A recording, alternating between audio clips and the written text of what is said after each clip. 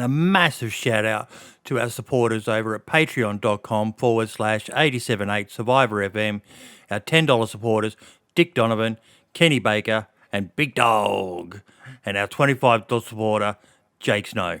Thank you all so much for your support, and a special shout out to Kenny Baker, who's also a supporter on YouTube. Thank you very much, guys, and we hope you enjoy the show.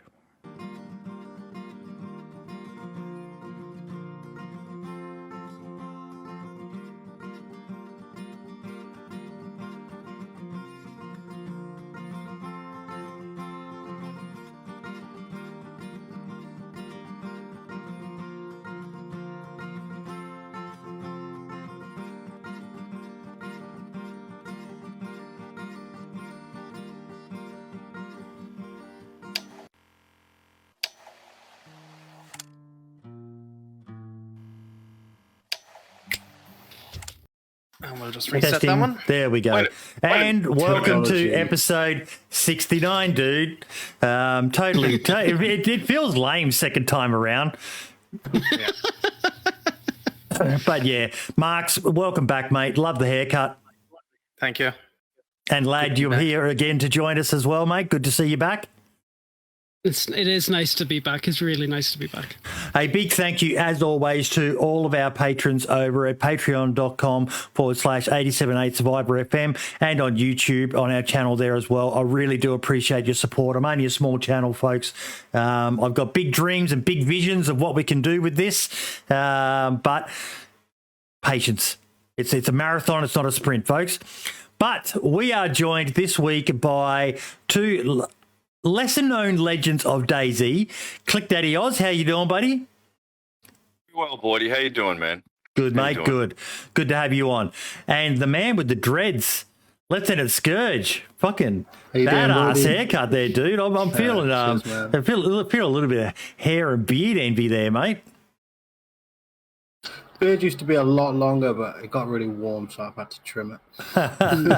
Mate, I did have to laugh when I was streaming earlier, because I woke up really fucking early this morning and went, oh, fuck it, I'll just jump on and show some love to my other channel. And everyone was saying about how fucking hot it is in the UK and 27 degrees, and I was like, 27 degrees is fucking perfect weather here. Oh, mate. I'm dying. I got the same heater fan as you next to me, and it's still not keeping me cool enough. Yeah, it's mad. It's mad. It's unreal. Yeah. I've got my window wide open, and I'm like, because aircons aren't a big thing in the UK, are they? No. What about reverse cycle systems? The ones that do the heating and air conditioning. No. It doesn't get that hot over here. We don't need those controls. We need them for about a week during the summer every year. That's about it. But ClickDaddy, you think it would make sense to them to get the reverse cycle one for those few weeks of the year where it's really hot? They could just switch it to aircon. You'd think they'd enjoy it. You know, you get this little week of this beautiful heat. Yeah. You'd think that'd be a nice thing, right? No? Pretty much everyone in Australia. About it. Everyone in Australia, if you can afford it, you install a reverse cycle air conditioner so that it does the warmth during the colder weathers, and then it's absolutely fucking essential. You never get used to the heat. You just get rich enough to afford ducted air conditioning. 28 is kind of nice, though. It's that's a nice temperature, That's a beautiful. Like if it's 28 degrees and sunny outside, every motherfucker is outside in Australia. It's just like, this is brilliant, because sooner or later it's going to turn into that fucking fiery blazing orb that just wants to burn fucking everything, and you hit the 40 degrees and all the rest of it. No. But like Skullspeed is saying in chat, it's just not a thing. Yeah. Remember, most of the houses here are older than Australia. Yeah, that's true too. That's true. Those fucking Poms, they love to rub it in our face that we're a young country, don't they? Yeah, they do. That's right. That's why I've absolutely loved the last week or so. Marks and I had a good chat the other morning with the UK, with England losing the World Cup or whatever the fuck it was, some soccer game.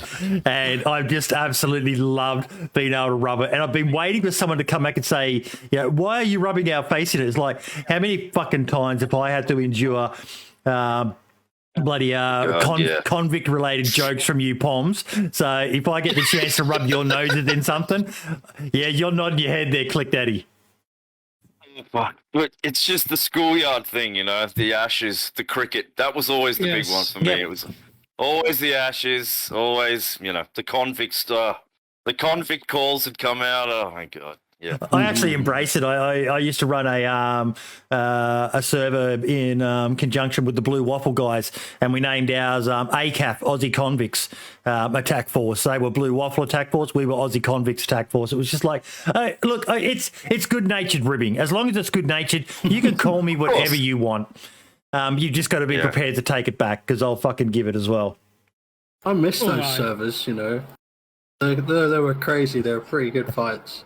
They were funny fights. Scalesmead is saying in chat, listen, when New Zealand get into the finals of the next World Cup, we'll be right behind them. Bloody oath. And give it to us as good as I've given. I have broad shoulders. I am more than happy to take as much as I give as well. But folks, we have digressed far too much. We need to get on to the topic at hand, DayZ, and we've got two amazing guests on. Click Daddy, what do you want to talk about? We always let our guests have a topic. So what has been bugging you, or what have you been loving, or what do you just want to talk shit about? Put me on the spot, boy. I'm freaking out.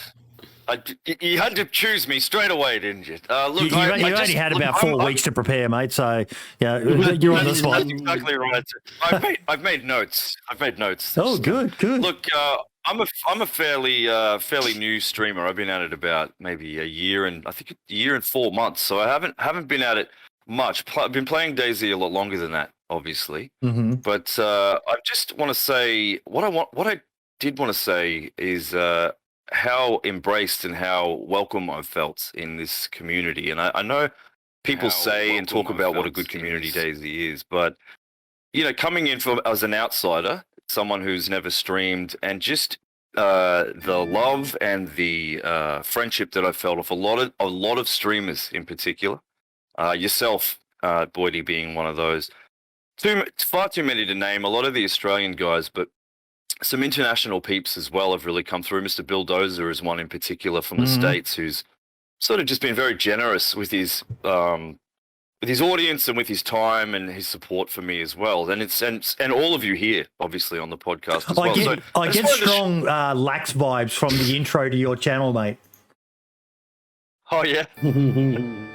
Look, Lax is another one who's been really supportive as well. And I mean, there's this whole thing, particularly in music, which is where I come from, that if you're at the top, or if you're leading, you know, you don't like to see people creeping up, coming in and trying to step on your toes and get involved with stuff that you're doing. So as music, over the years playing music, I'm used to that. I'm used to that sort of energy and that vibe, but it's been the opposite, I've noticed. These big guys, particularly Lax, very friendly, very welcoming. And this is a really beautiful thing, and I don't think enough people talk about it. I didn't want to come on here and preach too much, but I think there's something very special about this DayZ community, particularly the Aussies as well. Sorry to our English friends, but no, I felt very welcome. I felt very welcome and very supported, and it's a really nice thing. It's a beautiful thing, actually. So yeah, I'm glad we got to get that out. Now let's get to the shit list, if we can. The Twitter. What's going on with Twitter and DayZ? What's happening there? Let's talk about it, because the whole time you were saying then about how welcoming and how good the DayZ community is, all I could think of in the back of my head, and I live in a big fucking glass house. So I've got to be very fucking careful with what I say here, but yes, it's made me pull my fucking head in, because I'm looking at others. I don't want to name names. I don't want to shit talk anyone in particular. No. You know, there's a topic we're going to be talking about later. The Latino Spanish-speaking DayZ community. They're organising this massive fucking event. They've got people who have got 750,000 followers, over 1 million followers, all going to be doing this 14-day DayZ event. Now, pretty much, unless the DayZ dev team were to organise something, there's not a fucking hope in hell of this fractured English-speaking DayZ community. We could barely organise a fucking root in a brothel with a fistful of $100 notes. It is that fucking sad to see at the moment. And it's such a tragedy when two of the titans of the game, I know I said I wasn't going to name names, but when two of the titans of the game are going at each other on Twitter, it is fucking sad to see, man, and it breaks my heart. Because I saw it and I have no idea what it's about. Can you bring me and anybody else who doesn't know what's going on, give us a brief rundown of what happened? Because I looked at it, I saw it, and I scrolled off. ClickDaddy, I'll let you, mate. You brought the topic up. I'll let you give us a rundown. I didn't get my thing is it just seems to be it's sort of been this slow progression. Like Marks, I was very much the same. When I saw it this time around, I kind of just scooted through it because I was just a bit like, what is this? Is this happening again? And obviously checking the players, checking who were involved. I spoke to a friend of mine about it the other day and just said, these guys, they're very passionate about the game, which I think we can all understand. But these guys are also making a living off the game, and I don't know if that makes them feel more entitled to have these strong opinions and to fight for them so hard as well. I mean, when I had a think about that, I thought, well, that might be what it is. These guys, this is their bread and butter, and I guess. It's something that I've had to temper a few times. Mark's has pulled me into line a few times as well. Like, for me, this is a hobby. I don't sit here waiting for my Twitch check to come, my YouTube check to come. When it does, it goes straight out into things like the DayZ Lore project video I did. I've got another project I'm working on. And for me, I got it's Twitter for you, so I have no idea who are fighting each other on Twitter. No context. So what was it about? Like, what was the argument about? Yeah, because I've got no clue who you are either. Yeah. I actually can't for the life of me remember what it was about this time. There was a disagreement on a topic.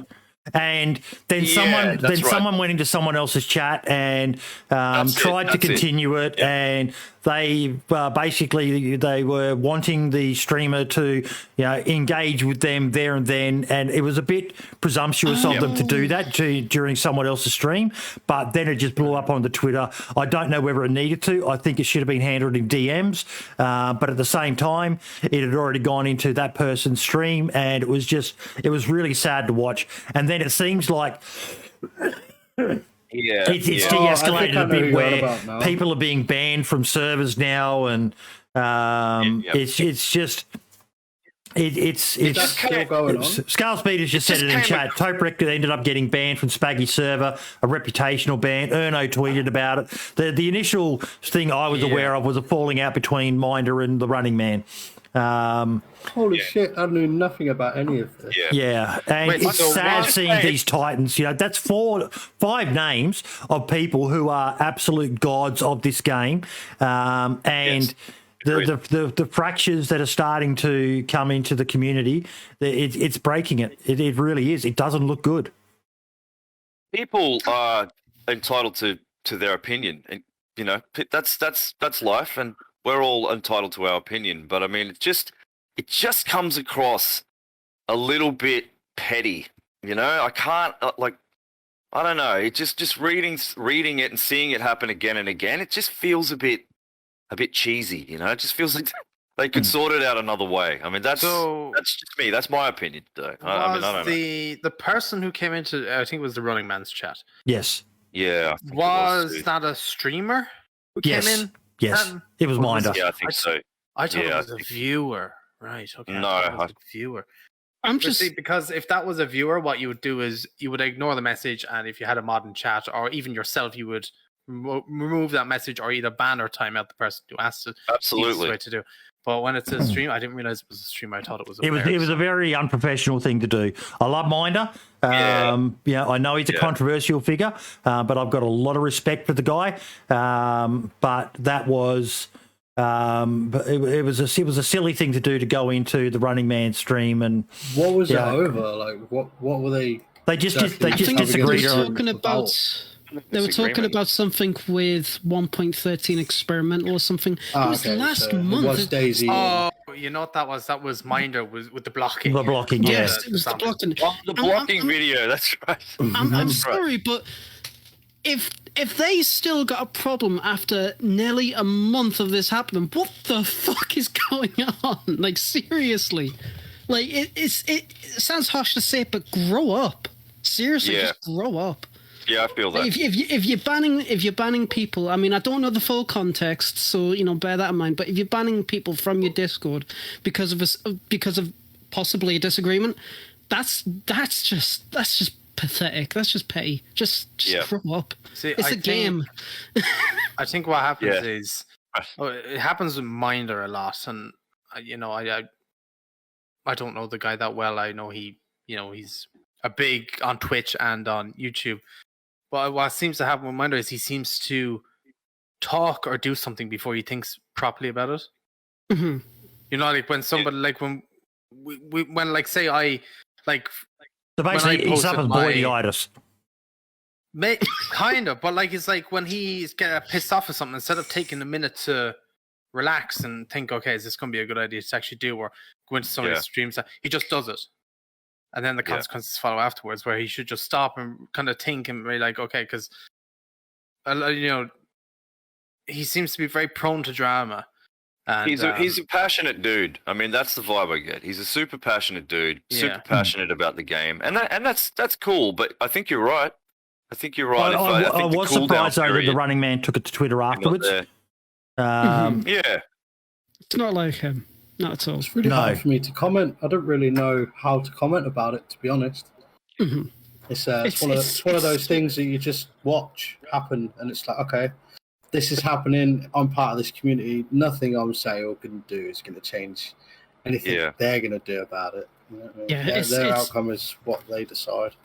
It's a very weird situation. Like, there's a lot of things that shouldn't have happened, which obviously did, and the way people acted upon that was just way over the top. It was just ridiculous. They should have, if they got issues, take it to DMs. Nobody, not many people want to see this on a public platform. No. It's just ridiculous. And at the end of the day, it brings it down for the rest of the community. It's like, and there's the key. If the bigger names of the community. See, I don't know. I think it's having the opposite effect. I think people are flocking to it and loving it. I don't know, but they love it. But the issue it has is, now, just say someone tries to organise like these Latino people are doing, an English-speaking DayZ event, and they go and speak to sponsors, and sponsors start searching through YouTube. They see the names of the people involved, and then all they see is drama. Sponsors aren't going to want to touch it with a 10-foot fucking pole. So it's going to limit. 100% of games, though. It's not just DayZ. That's 100% of games. That's every definitely. game. We're just talking about DayZ at the moment, and we've got to look at it from that perspective. That there's it's sad. It's just fucking sad. I think that's why I brought it up too. Is I'm quite new to Twitter as well. Like, Instagram, Facebook, all that shit. I've been there for years, and I know the ins and outs of that. But Twitter's kind of a new thing when I started streaming. So, what I wasn't sure of is if that was just normal operation, if that sort of back and forth between people was like, oh shit, okay, so that's what happens on Twitter. It's just an all-in fucking go fest at each other. But I was wanting to know if there has been a definite increase in that, because I noticed in the year that I've been on it, it does seem like it's, do you know what I mean, there's more of it.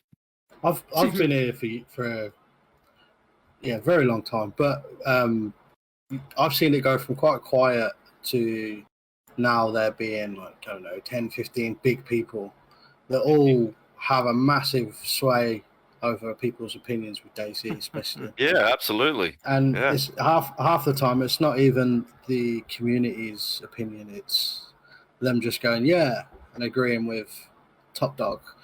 So it's quite difficult to see now what to do. Back in the day, it was quite... This meme on screen is perfect for this moment. First time on Twitter. Yeah. But I am quite new to it. I am. But look, I didn't want to drag it down into the mud either. I started with the positive. I started with the positive it's for a something reason, that's been needed to be discussed, though, mate. It's making me look back at some of my past behaviour and be quite ashamed of it. I've been involved in many a drama. I've lost track of the amount of people who blocked me on fucking Twitter. Me too. And is what it is. Maybe I need to get involved. I mean, start throwing some barbs around. Fuck it, it's like the thing to do. So. No, mate, it's not. But be like a Lax Hawthorne and those sort of people who just try to avoid it and fucking stay out of it. Yeah. 100%. Yeah, you're better off just staying out of it. It's just going to. Yeah. I would hope if there's ever an issue, someone would DM me. You know what I mean? Like, let's talk about it quietly somewhere. That's what I would do personally. But yeah. Take it to the DMs, folks. Take it to the DMs.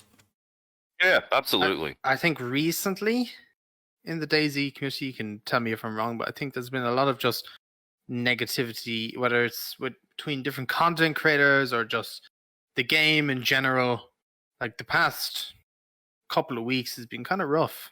And I think I've noticed it. Yeah, I think it's just people are disagreeing about the updates because like when it happened in 1.12 and that came out, like there was all the arguments that were in there. Like I blocked quite a few people over that and stuff as well, and it was just people probably blocked me over it as well, and it's like I think it's because we're all passionate about this game, and when an update comes out and it might be good, but some people agree and this and that, people butt heads, and it's very hard to do stuff like that. And I like the plate carrier argument.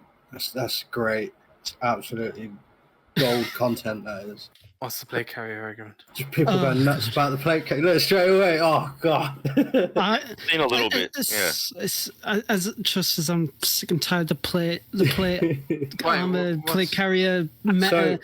So before, like, you could have a plate carrier and it'd still be like you're wearing a plastic bag. But now you wear a plate carrier, you're running around as a block of concrete. No, nothing can kill you. You can get shot like 12 times in the chest, and then like sneakily they update it without you knowing, and then tell you about it the next day. And it's like changed a little bit. The shock value is now higher or something. It ruins quicker, and they don't. It doesn't protect arms either anymore. Yeah, it doesn't protect arms. No. I think even they adjusted the hitbox with it as well. I think it's well balanced, this update, because you can only find it on heavy soldiers, or I think people were saying in my chat heli crashes as well. But that's server specific. Like I've been on servers where like bloody everywhere. If you're on like vanilla servers, which is what the updates focus on, like I played the vanilla update for 2 days, and I didn't see one single zombie with a plate carrier. Didn't have plate carrier the entire time, which makes pressed vests more valuable, and it also balances out the plate carrier. So like when you really get one, of course it's going to protect you, because if you spend days and days getting one and then you get one tapped, that'd be stupid. So yeah, I like the way it is. I've liked that. I liked most of the stuff with the 1.12 update. Like the first time when they added in that shock thing, and it was like you'd stumble and you wouldn't be able to ADS and stuff. That was crazy, but it's not too bad nowadays, I think. Yeah, I mean, they're never going to please everybody, are they? No. I mean, not a chance. It's impossible. You can't please everybody. So I've really enjoyed the update. I think it's this solid. One's great. Yeah, I think it's really solid. It's really good. I was playing on the PS5 last night, and it's good. It feels good. So yeah, the zombies are good, and I got no complaints. So I think it's great. What's the community like on console?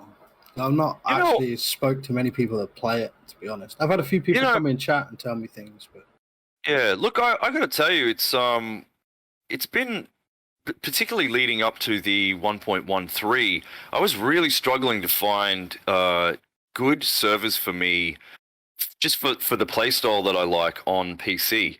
And I retreated back to the console quite a bit and found what I was looking for, whether that was through official or through just community servers there.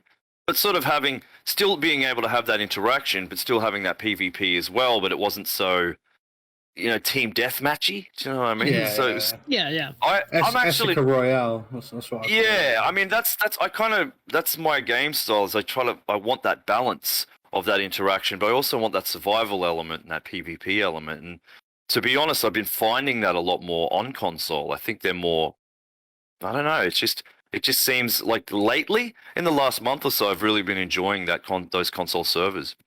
What servers do you play on PC? I tend to play, I know this sounds pretty boring, but official. I try and play a lot of official It's not boring, servers. man. It's not boring. Official's hard as nails. Yeah, That's kind of where I'm at. That's on PC. Yeah. That's kind of where I'm at. I've been on that popular grind, Lax's Esker server. That's what I've been on. So it's been a while since I've been on any official servers. I might have. To be honest, man, I haven't played on Lax's server. I've been meaning to, but I'm fretful about my ping being here in Brisbane, Australia. I feel like you'll have better ping than me, dude. I don't know, man. Man, you won't have an issue playing on a US server. Trust me. It's based in the US. How do you go? Yeah, how do you go? It's fine, mate. I've been playing Shinaris Has Fallen recently as well, and that's 300 to 400 pings. And it's barely like 230, unless you are a hardcore PvP nut going on like Trump's wall or something like that where the milliseconds fucking count. Don't worry about it. Yeah. Don't worry about it, mate. Okay. Well, I was just going to say, imagine PvP on 400 ping. Holy Christ. I used to do that. 1SK, 420 ping, and 420? Damn! 420 ping, yeah. But yeah, I've been also playing on the True Survival servers a little bit. But there's one thing you do need to be aware of, and it's always good to check with community servers, is what their ping limit is, because that's where we run into a lot of trouble, especially with EU-based servers. If they've got a ping limit, usually they set them around about the 400 mark. Our Aussie internet ping will kick over that at times, so that can be a deal breaker with some of the EU servers. I've seen they put one of those on day one now. If your ping's too high, you just get kicked. It's like, what? That's like axing out quite a chunk of the community because the Australian side of DayZ is huge. Yeah. So I wouldn't ever put one of those on any server, to be honest.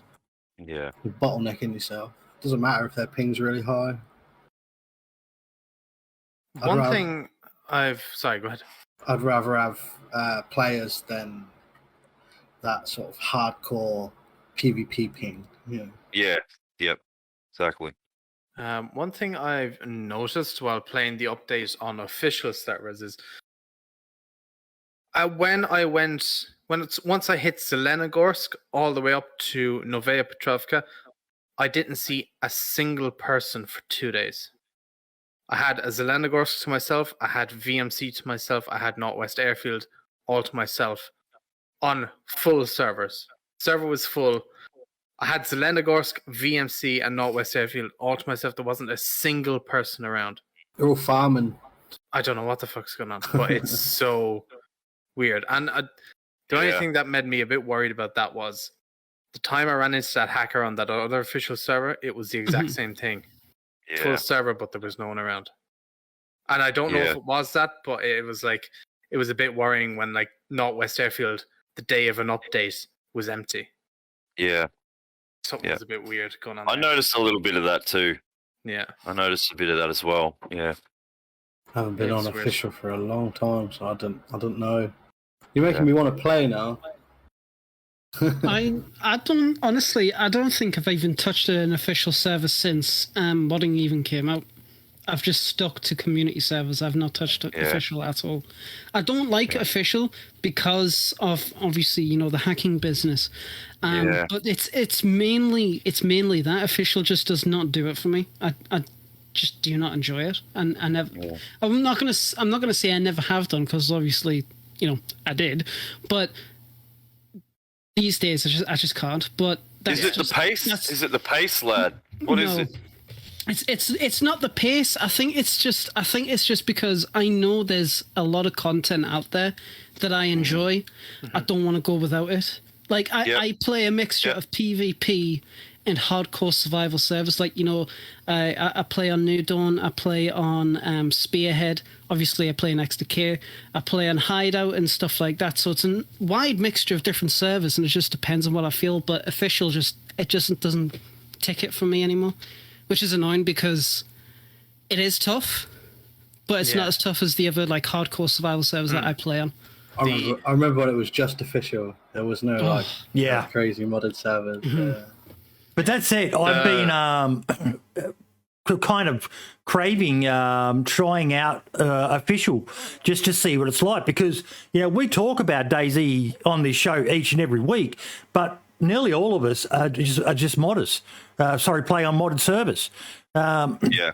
It's hard to comment, and someone said before that the stakes are pretty high with the whole Minder and Running Man thing, because the devs do listen to them. Well, they listen to us as well, and it's kind of hard to make calls on things when all you're playing is modded servers with modded weapons and modded gear, and I'm actually going to start doing it. I'm actually going to start playing some pure official servers. Now, you guys in the EU are lucky you've got Spaggy servers, which are just pure vanilla. So you get the vanilla experience, but managed better than official servers are. But the one thing I will say is, when I play on a server that's located in Germany, I'm getting about 150 ping. So the ping on official servers is really bad. So just be wary of that wherever you are, if you have Australian servers. That even like if they're close to you, the ping might still be quite bad. It's really odd. I don't know how it works, whatever. But the reason as well I play official servers, I only usually play official servers on an update day. So I'll either play when an update drops on experimental for 2 days, and then I'll play when the update drops on stable for 2 days as well, so I can get footage and gameplay of the actual like weapon or something in the official vanilla way. So like the console players that watch the videos and stuff like that know, right, this is how it's going to work in official, and they're not coming up against modded armor or stuff like that. That's mainly the reason I do it, because you just want to have the raw actual update without any mods being in the way and interrupting anything that's there. But I usually play modded otherwise. I had some issues on PC on official where I mean everyone knows this hack. I guess it's a hack where your player just drops dead.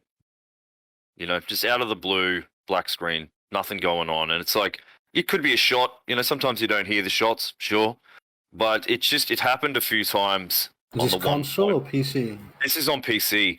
And I've never had that same problem through console. I never had that sort of, I don't know, it just seemed like the whole thing, like there was a couple of official servers in the 1.12 where you'd play for an hour, you'd get settled, you'd be on your way, and you just this random sort of.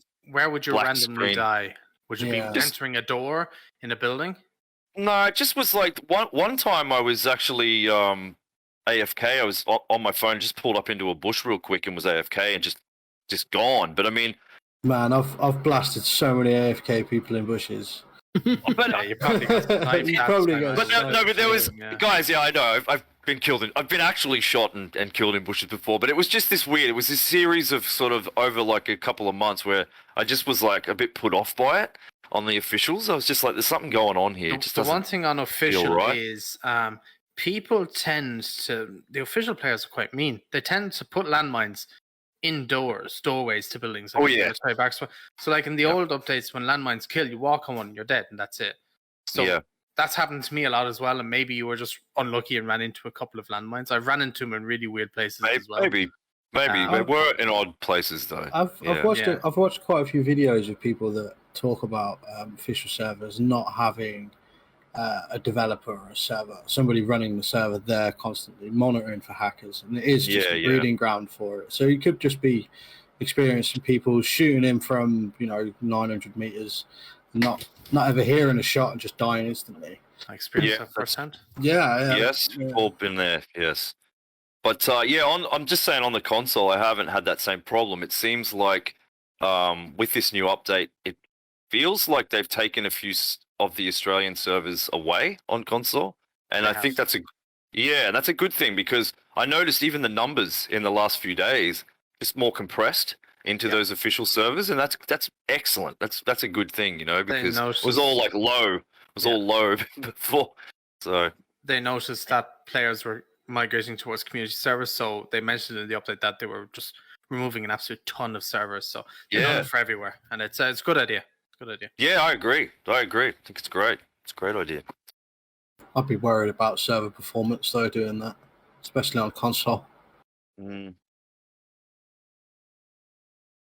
I think it's just, if you can jump into medium servers, medium or full, that's what you want, right? Yeah. Because there's always just the empty and lows with the Australian console servers. It was like, just jump over to community, you're going to get more action. But yeah, we'll see how it goes.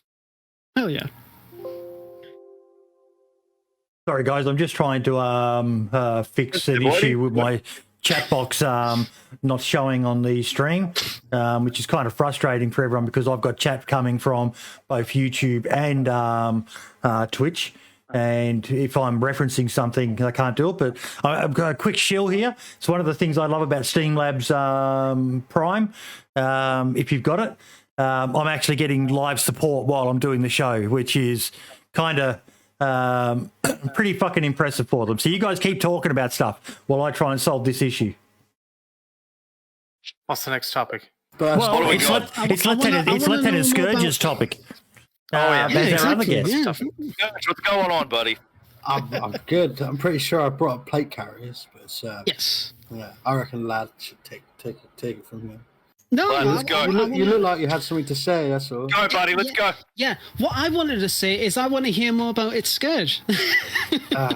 Everybody calls me LtSkurge or LtSkurgle, and it's Lieutenant Skurge. Okay, my mistake. No, but seriously though, I want to hear more about where you come from the DayZ community, and what you do. What do you do for us, eh? I've been playing DayZ for a very, very long time. More hours than I would care to say live on channels. I don't want to say. It's all right, man. This is a safe space. But it's okay. Well, it's 20k plus now, so it's getting a bit much. Yeah, a bit too much. Okay. Damn, man. That's nice. Yeah, no, it's not good. It's not good. I don't want praise. Holy shit. I sat down and calculated it before, and it's like I'm not my age. I'm actually 2.5 years younger because the rest of that I've been in Chinaris. So it's just not. It's not good. Wait, you've Chinaris years. 20,000 hours in DayZ? Is that what you just said? Yeah. Yes. That's what he just said, bro. Yeah. I have less than 2,000, and I think I'm cool. Let's see. I'm gonna see how. This is my second profile. My first profile was stolen. I have 1,700 hours. For some cards from CS source cards or something. Why am I not surprised? No, I got some knife and that was it. My profile's gone. Let's have a look. Yeah, don't have knives on Steam. People steal Just your don't shit. play CS:GO. Yeah. I remember I had so much correspondence with them. Like, dude, I need my Steam back, and it's like, there's nothing we can do. Like, so it's just gone. Yeah, like all my stuff, everything's gone. Yeah, this profile's got 7,186. Wow. So yeah, That's crazy. That's 20K crazy, man. I need to That's step crazy, up my man. game. Oh, no. Me too. Let's say you Me got too, your Marks. money's worth then. Yeah. It's about the 5th or 6th coffee I've had as well. Oh, Jesus. But I Wow, started watching Frankie back in the day before Standalone was a thing. I didn't get to play much modded before Standalone became, like, literally a couple of weeks, and then Standalone became a thing, and I've just never looked back. Yeah. But I started on a old school laptop, HP EliteBook 840, and it had an i7 processor, and that was it. Like, I could get 12 to 18 frames on mega low. Right, I streamed from this laptop. I streamed and played from this laptop. But I watched my early veteran, streams. sir. You're Yeah, a veteran. You are a unit. I look back at those streams and I can't believe, like, the bitty graininess, the skipping, and people still turned up and watched. It was cool. And I was playing on 1SK with 400 ping. Yeah. Far out, man. And then that laptop was nearly dead. And I don't know if you guys know Corrupted Smurfs. He's another DayZ streamer, Australian dude. He's an absolute legend. Love that guy. Yeah, Shout out Smurfs. He's an absolute legend. He funded a PC for me so I can continue streaming. Oh, that's cool. Nice. Oh, Yeah, bless. yeah. Oh, That's, right, that's man. fantastic. My birthday of all times as well. I came on stream and I was like, look, guys, I'm probably gonna have to pack it in. Like, my computer's on life support, the battery's like broken, screen's broken, my keyboard's broken, and they were like, right, that's it. And yeah, that was awesome. Got my new PC, met some friends, jumped on the Wolves server with a bunch of admins and cool dudes, and streamed there for about a year, maybe a year and a half. Got my community down. I got quite a few cool people that I like, lots of cool mods that are there every day. They're in chat right now. Twisted Monkey's one of them. Hellboy, they're all in there. Yep. Follow me about. But I think that says loads about this DayZ community, though, doesn't it? Yeah, I wouldn't be. That's the I good part. don't. There are some fucking amazing parts. Admittedly, we talked about, when unfortunately it's like a relationship. You always you forget the good things and you always focus on the bad things. But there's been some amazing shit done in this DayZ community. We only talked last week about what Erno's community did for old mate, who basically had days, if not weeks or months, left to live, and they raised money. Yeah, I've seen so many beautiful things happen that way. Community. Floydie, you too, man. You too with the moonshine stuff as well, man. I mean, that's just good stuff, dude. That's just good, wholesome stuff. And this community is just pretty special, man. For all the little fringy, weird stuff, I think at the heart of it, it's good, It's good Everybody stuff just here. wants to see everybody happy. That's what I like about Exactly. it. It's like man. at the end of the day, we're all playing the same game. We've all got X amount of hours. We've all got a deep passion for the game, and sure, we can get drama. Every community is going to have drama. Every game's going to have it. And, people can have disagreements about where the game's going and, agreements at the same time. But at the end of the day, when we can come together as a community to help somebody who's in dire need of it, whether it be to help, yourself get yourself a nice, streaming, setup with your laptop and whatnot, or helping people who's pretty much, on life support, it's just... It makes me genuinely happy to be a part of this community, because we can fight each other for as long as we want, but at the end of the day, we do like each other. We do. And you can't hide it. You can't hide from it. It's like, yeah. I love the diversity as well. Like, you could run down a street in Livonia on a server with 10 people and meet somebody from, like, Persia or something, and they're just have a 3-hour adventure, and you'll never forget it. And there isn't a game out there that can do that with, in my opinion. Not in the same fashion as DayZ. No way. No. You just absolutely cannot. Nah. Yep, I agree with that. Like, how many of you are still talking to like some of the first people you ran into? Yep. Well, I still remember the two people I first ever ran into when I played DayZ for the first time back in March the 3rd, 2016. Jesus. Wow. Okay. I don't talk to them, let's just put that across, but I was hiding in a shed, and I was like, I'd been alive for 5 minutes, and I said, please don't kill me. These guys are fully kitted to the teeth. And I'm like, please don't kill me. I've got nothing. This is my first day in DayZ. Never played it before. And they just aimed the guns at us and said, welcome to DayZ, my friend. And they killed me. I was like, yeah, I'm going to like this game. Yeah, nice. But I got involved. I got involved in a community called DayZ RP, like in August 2016, and I still keep up with friends from that community. In fact, we run a tabletop campaign on the weekends, usually. So it's you never forget those true good friends. No, you That's don't. all. You just never do. Yeah, absolutely. One of my mods is an admin from a server I randomly went onto, didn't read the rules, didn't read enough, just went on it, blasting people left, right, and centre, building a base on the airfield, just your usual troll As stuff. you do. As you Yeah, do, he turns up. We didn't delete the front of the base, so like I run in there, got all my new guns to put in my tent, and then everything's gone. But there's been people who've gotten married and fucking had kids through this game, and you know, even here in Australia, yep, even here in Australia, we've got Fubar Bundy and Match, DayZ fucking royalty. Nice. I miss those guys, and Alan. I really do miss those guys. Yeah, so much. They're so funny. Just touching on first DayZ experiences. I think it was maybe my second game. Way back, still the mod, I think, the armor mod. And these two gentlemen bailed me up. And they're like, "Oh, are you okay?" And I was kind of brand new and super friendly and just like, "Oh," and they're like, "Come on, man, like, here, take this bag, take this gear." And I'm like, "Oh, okay, cool."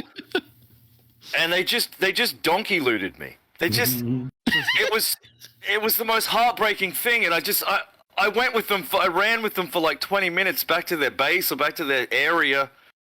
And they're like, "Oh, just chuck the bag down there." And I'm like, "Oh, yeah, cool. I chucked the bag." And then they just turned on me and shot me dead. Like, I carried all the gear. And I remember I was personally fucking hurt by this. I was just like... You do, mate. Like, I've got one similar. I was like, "Wait, we were going to be friends. We were going to be friends, motherfuckers." What? I'm one of the nicest guys you'll meet in game generally. And, you know, I bump into someone and I'm like, "Do you need anything? Have I got anything I can give you?" Anything like that. And I bumped into someone I knew. I can't remember his name for the love of God. I was playing on, I can't remember the server. It might have been DayZ Down Under, but yeah. And I bumped into this guy and I'm like, "Do you need anything?" He goes, "No, I'm just meeting up with a couple of friends, yada, yada, yada. Thanks for being nice," and all the rest of it. And I'm off on my merry way. And I made it to, that was in Berezino. I made it to the next town across from the police station. I can never remember the name of it, to the west of it. Sorry, not in Berezino, in Belota. I'm in the police station, and then I hear people outside, and I'm like, no, guys, I'm friendly. I go out, and it's fucking R. Diddy and Ben Fruit with this other guy, and they fucking robbed me. They took fucking everything off of me. Ben Fruit, this was before he blew up and became massive. And he's like, Boydie, I'm sorry, man. Fucking Diddy made me do it and all the rest of it. I made a video of it. And to this day, I'm still fucking salty about that one. But that is the implications of this game. And it's one of the reasons why I sit there and I think, if they just KOS'd me, if they just shot me, I never would have known anything. But because they chose, and it was one of those, you know, those, sometimes you got to realize that you have to take an L to get a dub.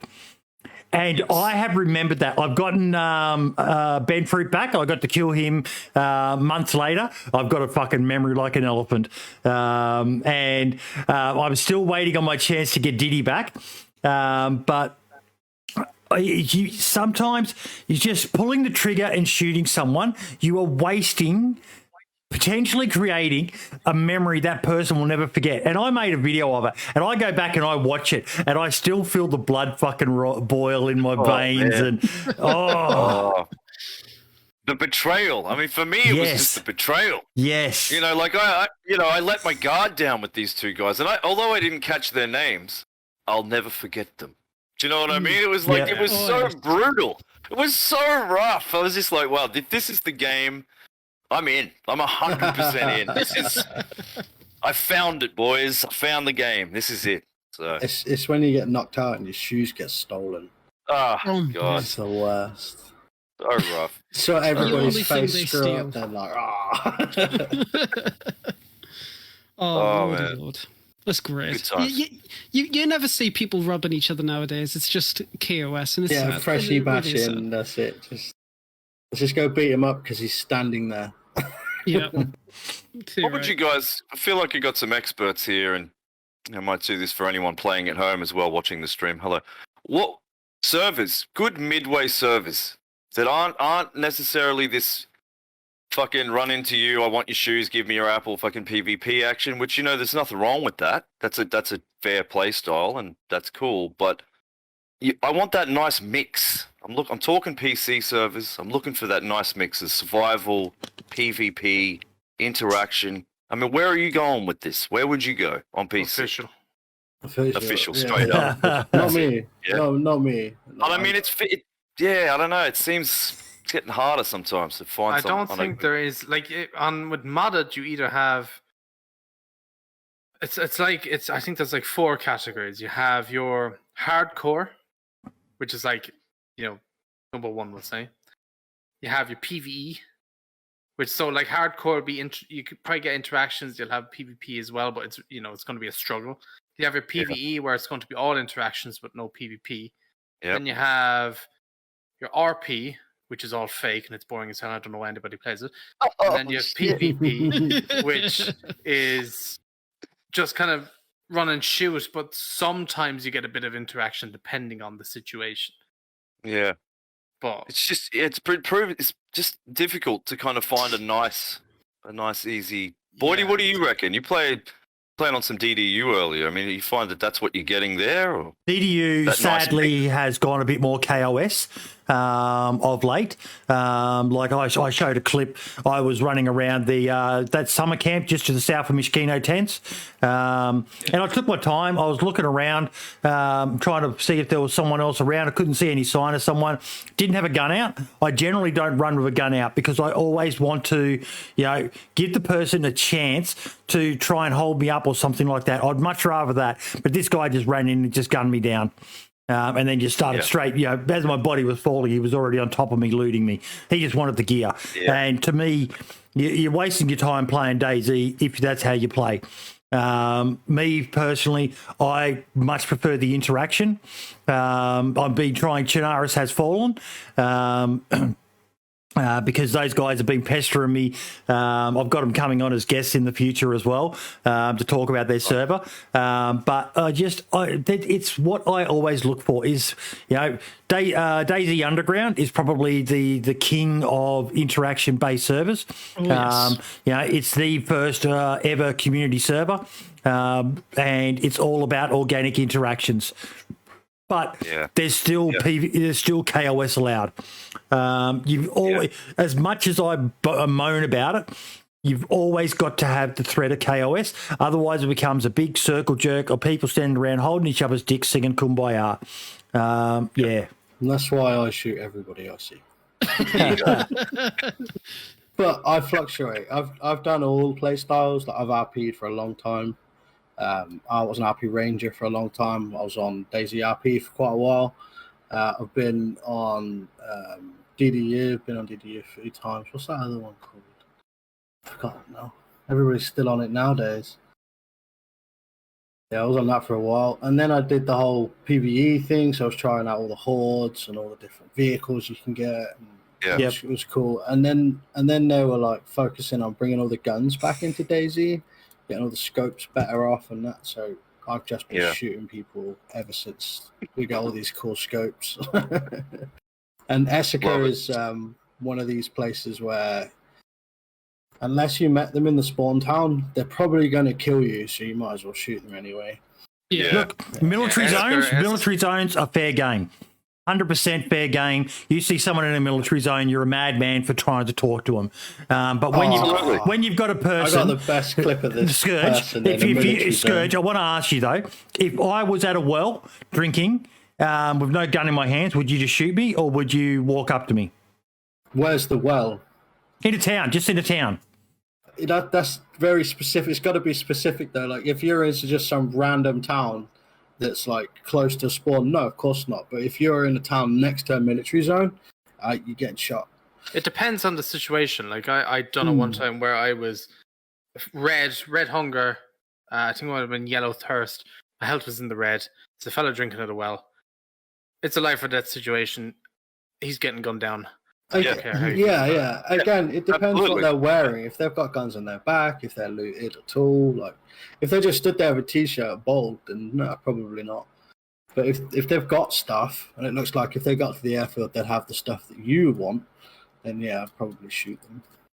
Yeah. Don't you feel you're missing out, though? I love it when I do that. Don't you feel you're missing? But I've got stories and stories and stories, and they all end with me getting killed because I didn't kill them in the first place. You know?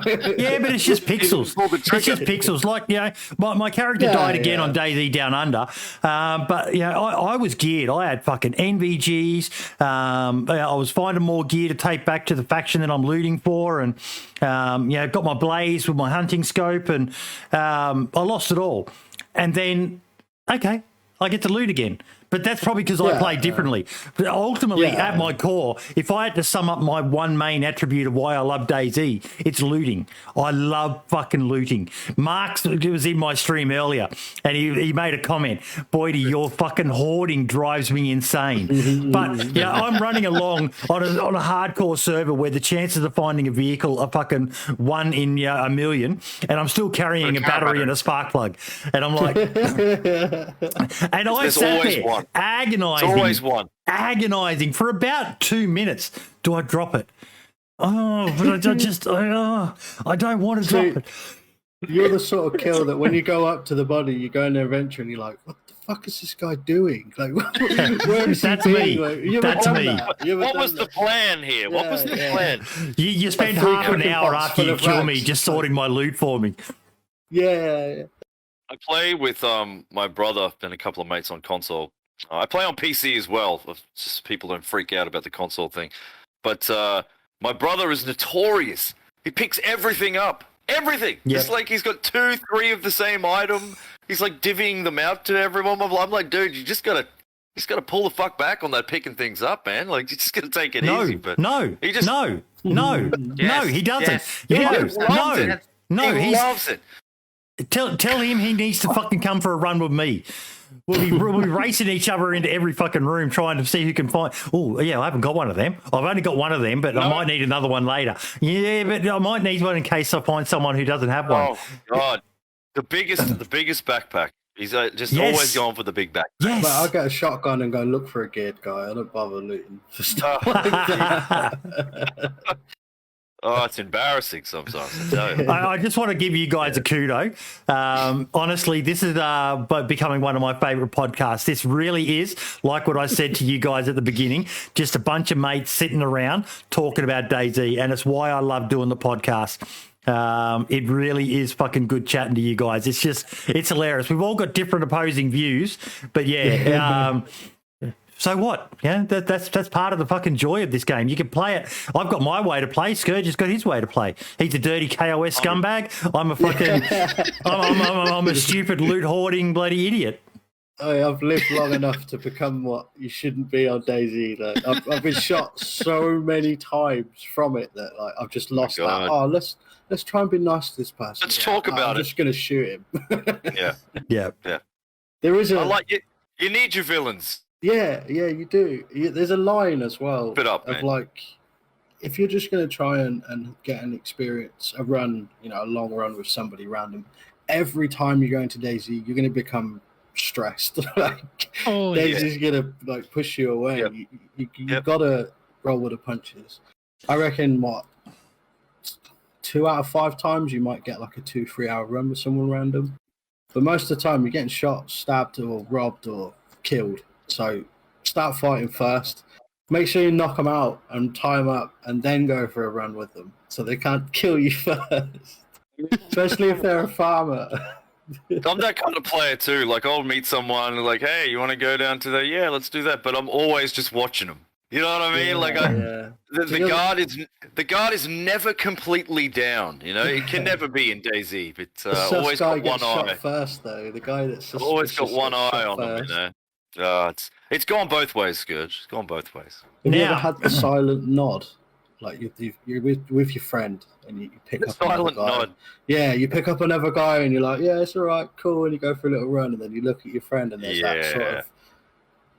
And you just kill him. There's no like talking or anything. The unspoken. I think I prefer Lax Hawthorne style, where he openly says it to someone else. I don't trust this guy. Let's kill him. And the other guy's like, "What? Yeah. Nothing at all."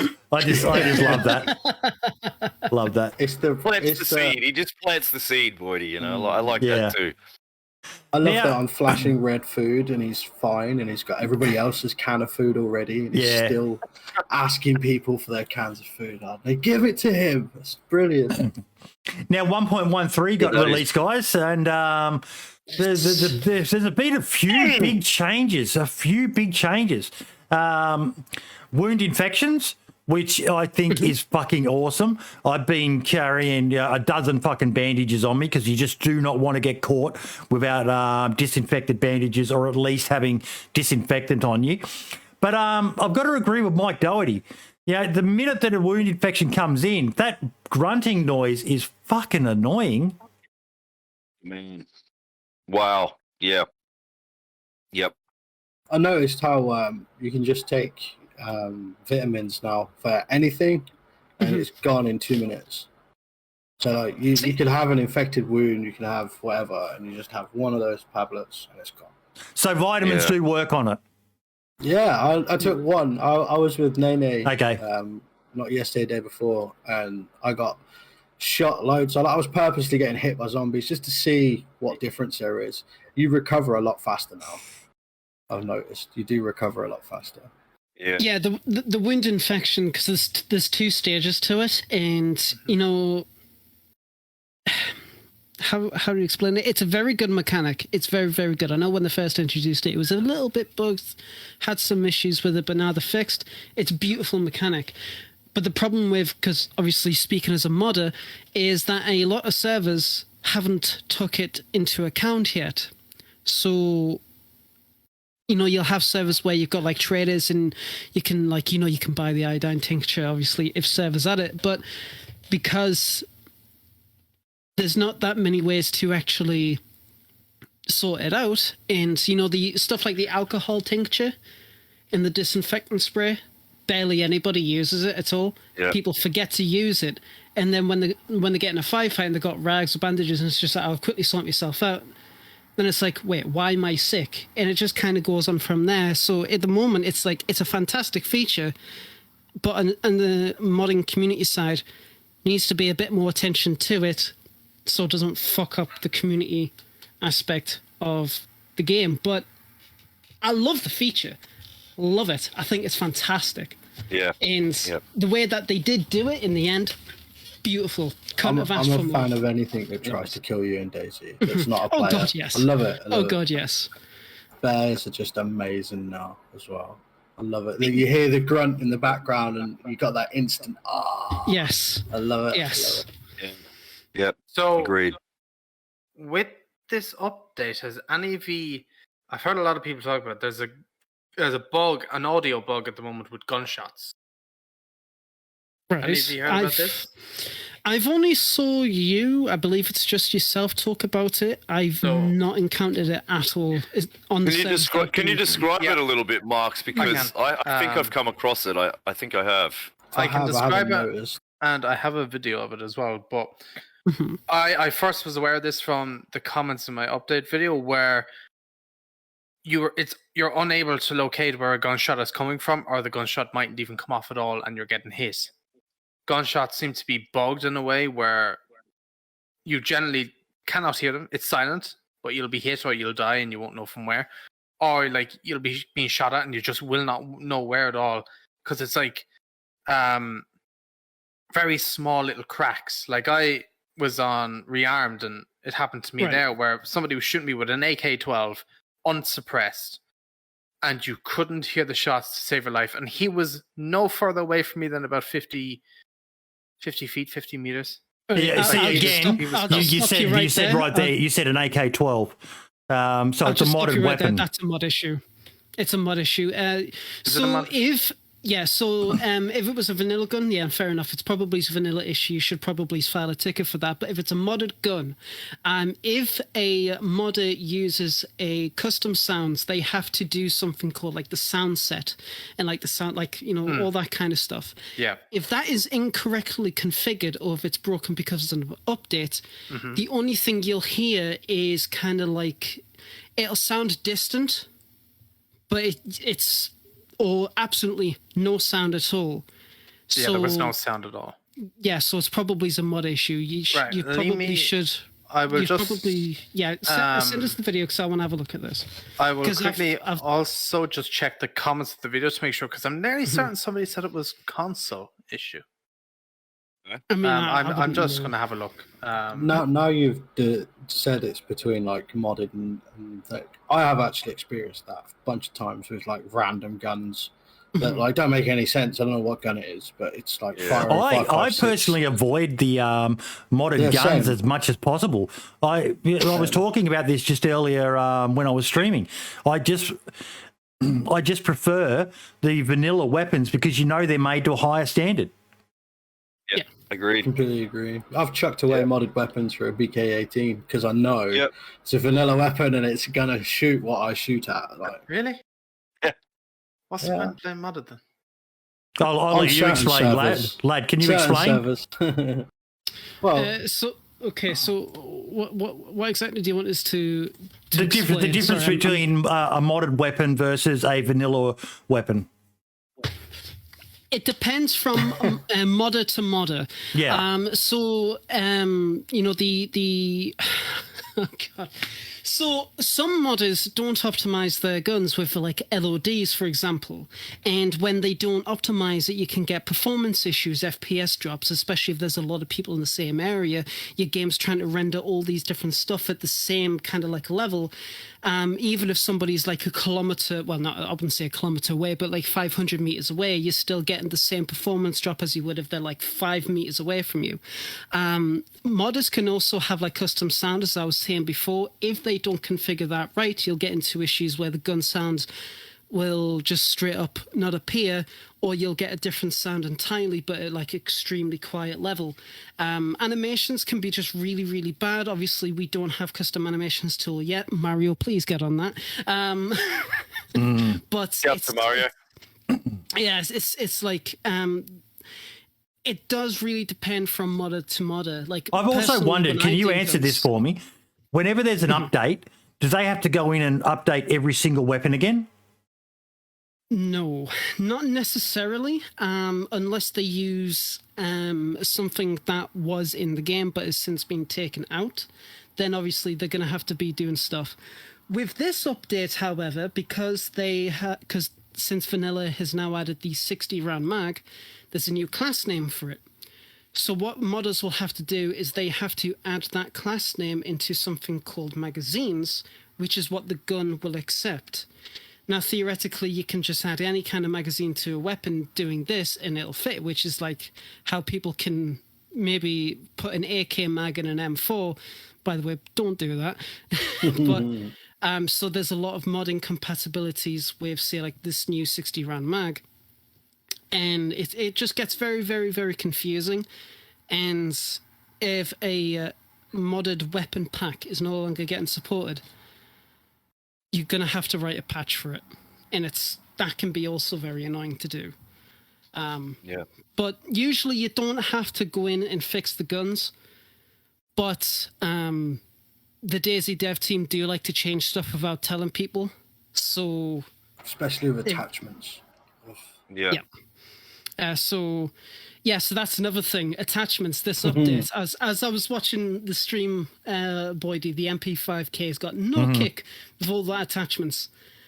As somebody who doesn't use the vanilla gunplay anymore, that astounded me. And modders will also have to take into account for attachments, because attachments, if anybody's seen Warbo's latest video on 1.13 attachments, they can do special effects to your weapon. They can increase accuracy, decrease it, increase sway, decrease sway, all that kind of stuff. Just for the record, I had an MP5 and I've had a compensator on it, and I put a tactical handrail on it, and I had a red dot scope on it, and it literally was a laser. It was barely moving with each shot. Me and all my friends, before I jumped in, we were like, there's no recoil on that gun. And then you said in chat there was no recoil on the gun, and then you were like, yeah, there's no recoil. I was like, what? It's a great feature. Like, don't get us wrong. The fact that they've actually done that properly is a fantastic little thing that they've done. And I'm so happy that they have, because it actually makes attachments a lot more worthwhile. And you actually have to think, okay, which attachment is going to be good for my gun depending on my playstyle. Because suppressors, whereas, yes, they are a benefit, they're actually a detriment as well. They, if I remember rightly, they can increase sway. I can't remember if it's increased sway or increased recoil. I think it's sway. And bullet drop.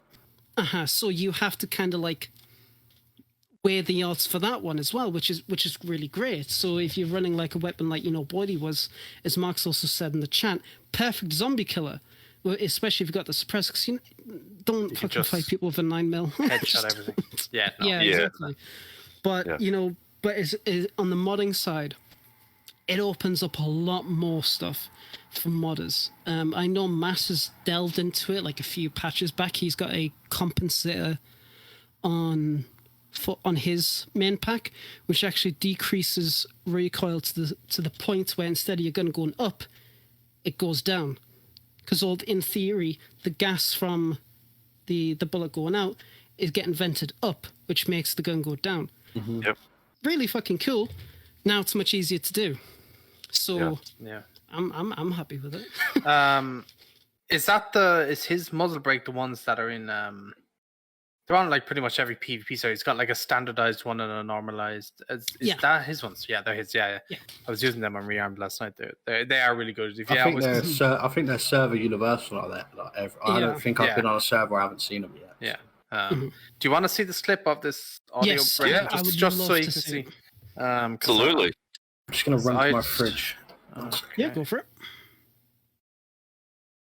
Wait, hang on. Anyone in chat, if I'm talking too fast about stuff, please say something, because I get very passionate about this kind of stuff. Actually really enjoying it, lad. I feel like I'm learning something, dude. Good. It's good stuff. Let me know if you can see this stream. I'm not sure if it's going to work. I'm watching it, yes. You can see the gameplay, yeah? It's paused right now. Paused at the moment, yeah. Yep, I can see it. Let me know when you're all in, and then I'll play. All good to go? Yeah, awesome. Let's go. Okay. Yeah, crouch. Oh, I just got... Yeah, same. I'm dead. That's a hacker. What the fuck? No. Wasn't a hacker. So I killed him. Really? Yeah. Like, hang on, I'll show you then. So it took me... Somebody just shot us and I have no idea from where. So you would think that I have no idea where I just got shot from there at all now. At all. There's no idea whatsoever. It took me about... Oh god, it must have taken me nearly 2 minutes or so to try and find this fella. I'm just gonna have to run. Hang on, we traded here, so if I just bring this back like a touch.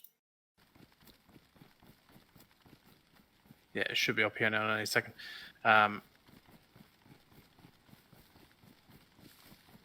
You see that we actually do trade. It was the sound that made me feel like it was a bit not normal. The stream's a bit jumpy as well. Oh, we traded. No fucking way. I couldn't tell from even that clip there if there was audio on his gun. But he was dead when I came back then respawned. He was his dead body. Is that clip on YouTube? Is it just like a file on your PC? It's on my PC, but I can put it on YouTube if you need me to. I wouldn't mind taking a look at that in the future, just in case. It was just a bit choppy on Discord, so I just want to go frame by frame. Okay, I can send that. Yeah. Sound. Looking at someone in chat mentioned Wobo's website, and looking in chat, it's definitely I highly recommend everyone go check it, because even like I had the rail handguard on, but the rail handguard's worse than the SG5 polymer handguard. I could have had an extra 20% less recoil, or sorry, sway on my MP5. So yeah, there's some big stats in there, folks. You might want to get in there. There you are with the suppressors.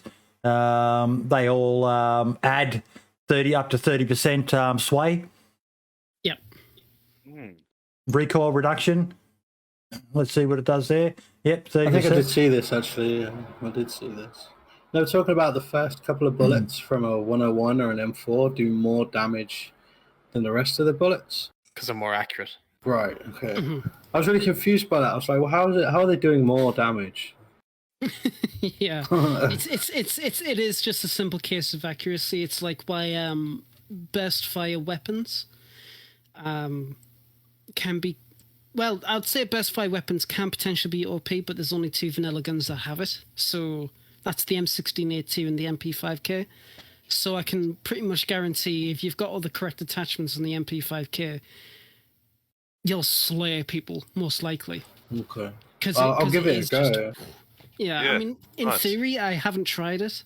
In a practical sense, I've only just tested it to see how the burst fire actually functions in those kind of weapons.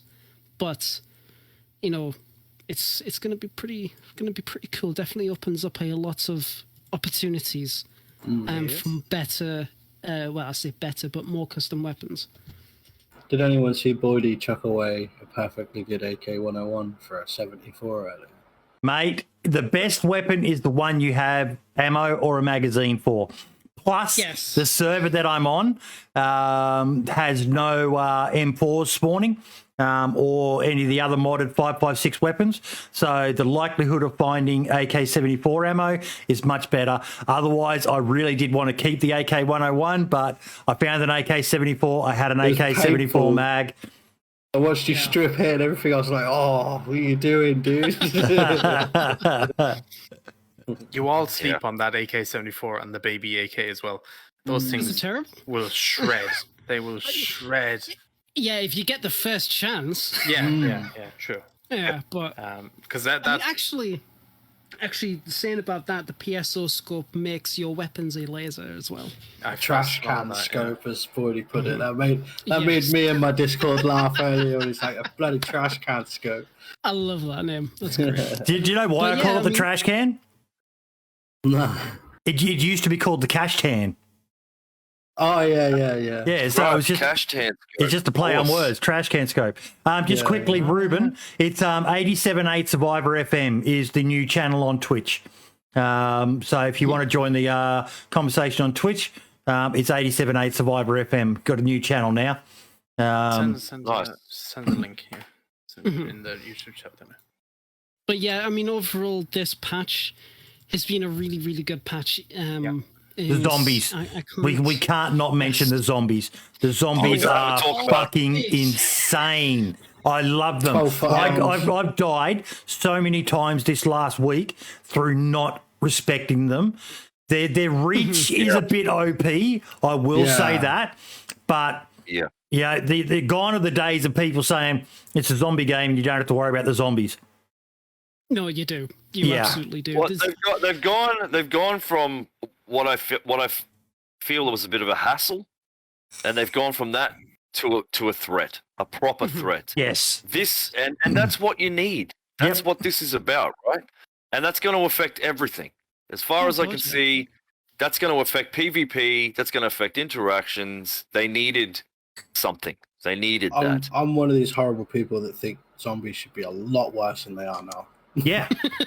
Lot worse I than agree. now.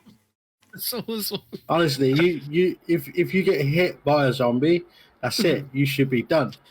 That's it. In an apocalypse, if a zombie gets within a couple of foot of you and starts smacking you, you're a goner. You should be avoiding all contact. It does come back to, and this is something that the Running Man has talked about in the past, and I do agree with him on. The collision animation is fucking annoying. When you get a zombie come up on you, you should be able to at least switch to, if you're not triple gunning like I usually am, you should be able to switch to a pistol or a SMG and be able to shoot them even when they're right up on you. At the moment where your fucking gun goes up in the air, it's just fucking annoying. But I think this is about? that's due to people wall banging. Basically, before the people would stick their barrels through guns when their barrels through walls and just shoot through the wall. So they introduced that, and unfortunately, it's not perfect. It's far from perfect, to be honest. You go up to a window, and even if the glass is gone, it still fucking collides, and it's frustrating. You know what's It a is. good what's a good thing for that though, buddy, is having a thing called stamina, because you can run away, turn around, and then shoot zombies and run off again. Not if you get caught. Not if you get caught in a Really good. corner. And stamina's overrated. no. I'd much rather have all my gear than fucking stamina. Speaking Nah. of zombies, Stamina all the way. you should check out that Twitter video I put in the podcast agenda. It's the one I tweeted at DayZ. They'll just show you like the speed of zombies. Like they're insane. The sprinters, they are. So I completely forgot about the sprinters when the update came out. So I was playing on Master Server, and I'm just, I'm running around Namalsk, just doing. Sorry, not Namalsk channel, and I'm just doing my thing, and I see a whole bunch of zombies just start running. I'm thinking, oh fuck, there's a player around there. They're just randomly start running. Yeah. Yeah, and then they just kept doing it. I'm like, oh shit, that's a sprinter. And I was completely mind blown. It was great. I still go PvP mode and check for corners. Like straight away, I don't care. They can run all they want. I'm still checking them corners. I love it because it draws your eye. When you go and you scope in a town, you see those little bursts of movement. And I think, that's good. It keeps you on your toes. I like that. Yeah, overall, the Infected this patch is definitely going down the right path of Infected being an actual detriment to your survival, which is what they are always supposed to be. It's like, yes, we can all agree on what DayZ's original intent was, but as it stands, it is a survival zombie game. And if you're going to have zombies in your game, they have to not be a hassle. They have to be something where it's like, yes, exactly. To rethink about where I'm going because, like, say, for example, the industrial near Electro, every single time I pass by there, completely full of infected. So I know not to go there because I'm just going to get messed up. That was in previous patches. Now I absolutely know for a fact not to go there because chances are I'm going to encounter a screamer, which is like, and then every infected in a 100-meter area is going to hear that, and they're going to swarm us, and I'm dead. Yeah. Which is great. And the fact that know which infected you run into is even better. Yes, that's right. I think it's like, for me, it's changed the way that I play because, and that's when you know it's a good / interesting patch is when it changes the way that you're used to playing. Yes. Like this, locking them up in sheds is a tactic that I'm guilty of. I use. I don't know if everyone here does that. I do, yeah. But if under pressure, sure, you do the old switcheroo, get them in the room, shut it down, and keep going. With this new reach, I found that that's a lot harder to do. Oh yeah. You can't sort of navigate around them like you used to, sidestep them. They get you. Yeah, they get you. So I just shoot them. Well, you can do that too. I mean, if you got a long stick, I mean, you got to do something. But I like that. I like that it's changed the way that I've play, and it's added a new element, a new threat. It's good. It's definitely breathed a bit more life into that aspect. And like right now in XTK, we don't have infected at all until our beta phase. So when we bring them in, they're going to be great. Do you get to choose or play with their reach, or is that not a thing? Like, do you get to? I have not delved into the infected code because I haven't really had to, but I would assume so. Yes, you probably can. Okay. Yeah. What do you boys think about it? Is it too much right now? Is it a little bit? I think it's fine. I think it's fine. I think it should be harder. I mean, like I said, there's always one. Yeah, man, absolutely. I don't know. It does feel like from 3 meters out, they're scratching you. It does feel like that. But I don't know. And they won't just hit you once; they'll hit you, and they'll hit you, and they'll hit you, and hit you. Yes. They'll just keep hitting you. Whereas before, they might hit you once, and you'd be able to do like switcheroo on them or whatever. But they'll just keep hitting you. Yes. Yeah. Tough. They are brutal. They are. I did notice that even though I kept knife on one of them, and usually they would like stumble back or they'll be stunned. Not anymore. It completely took us by surprise. I was messed up. If you do the power swing, then they'll stumble back. But otherwise, no, they won't stumble back at all. Two hits to the face with a combat knife, they're done. Yeah, or sneak on them. Yeah, I like doing that. Stealth is so good now. I never see anybody doing it though. I never see anyone doing it. The old sneaking up. I just wish the DayZ devs actually added a sneaking attack, like a successful sneaking attack sound, because right now there's no sound when you do a successful one, and it's annoying as hell. Yeah. But yeah, overall, 1.13 patch, good patch. Yeah, agreed. Very good patch. My opinion on it is quite narrow because I've only been on a few servers, so I need to sort of spread my wings a bit and experience more of what's available with it than the servers I've been playing. But from what you guys are talking about, I'm definitely going to have a go on official. I want to try that, see if it's as hard as you guys are making it sound. Yeah. Okay, what else have we got on the agenda? We've actually got a pretty packed agenda this week. Let me just jump back to the right channel. Dab's DayZ. Yes, the DayZ Editor out of beta. Nice. So what does that mean for us all there, lad? Well, so it doesn't really affect the general player too much, but as somebody who actually like develops on a server, it's astounding. It's absolutely astounding, not only for those kind of people, but also like image content creators like myself, Wellington, all that kind of stuff.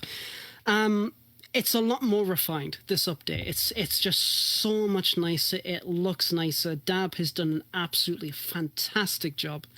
And one feature which I absolutely love, because Dancer Jesus took advantage of it on that video we watched last weekend, is that you can have multiple characters in the same scene, which is great. Like, usually you would have to get a server, get a whole bunch of people in, and then mess with like admin tool camera to get the right shot. But you can just do it all natively in DayZ Editor, and it's great.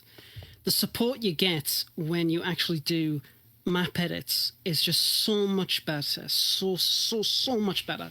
And like I said, the fact that he's not only done that, but added his own framework to the community, like to the workshop, is even better. And you know, the localization, as you're saying there, it's just, there's just so much quality that he's actually put into it. And the fact the that language support, that blew my mind.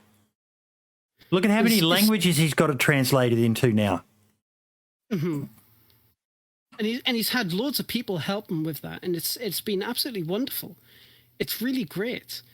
And you know, overall the mod is a lovely mod. Before I got into like terrain builder and stuff like that, I would always use DayZ Editor all the time for map edits. Yeah. And the fact that the process to delete map item, like map objects, that was a game changer. Yeah, when he first introduced that, it was great, but now it's just so much better.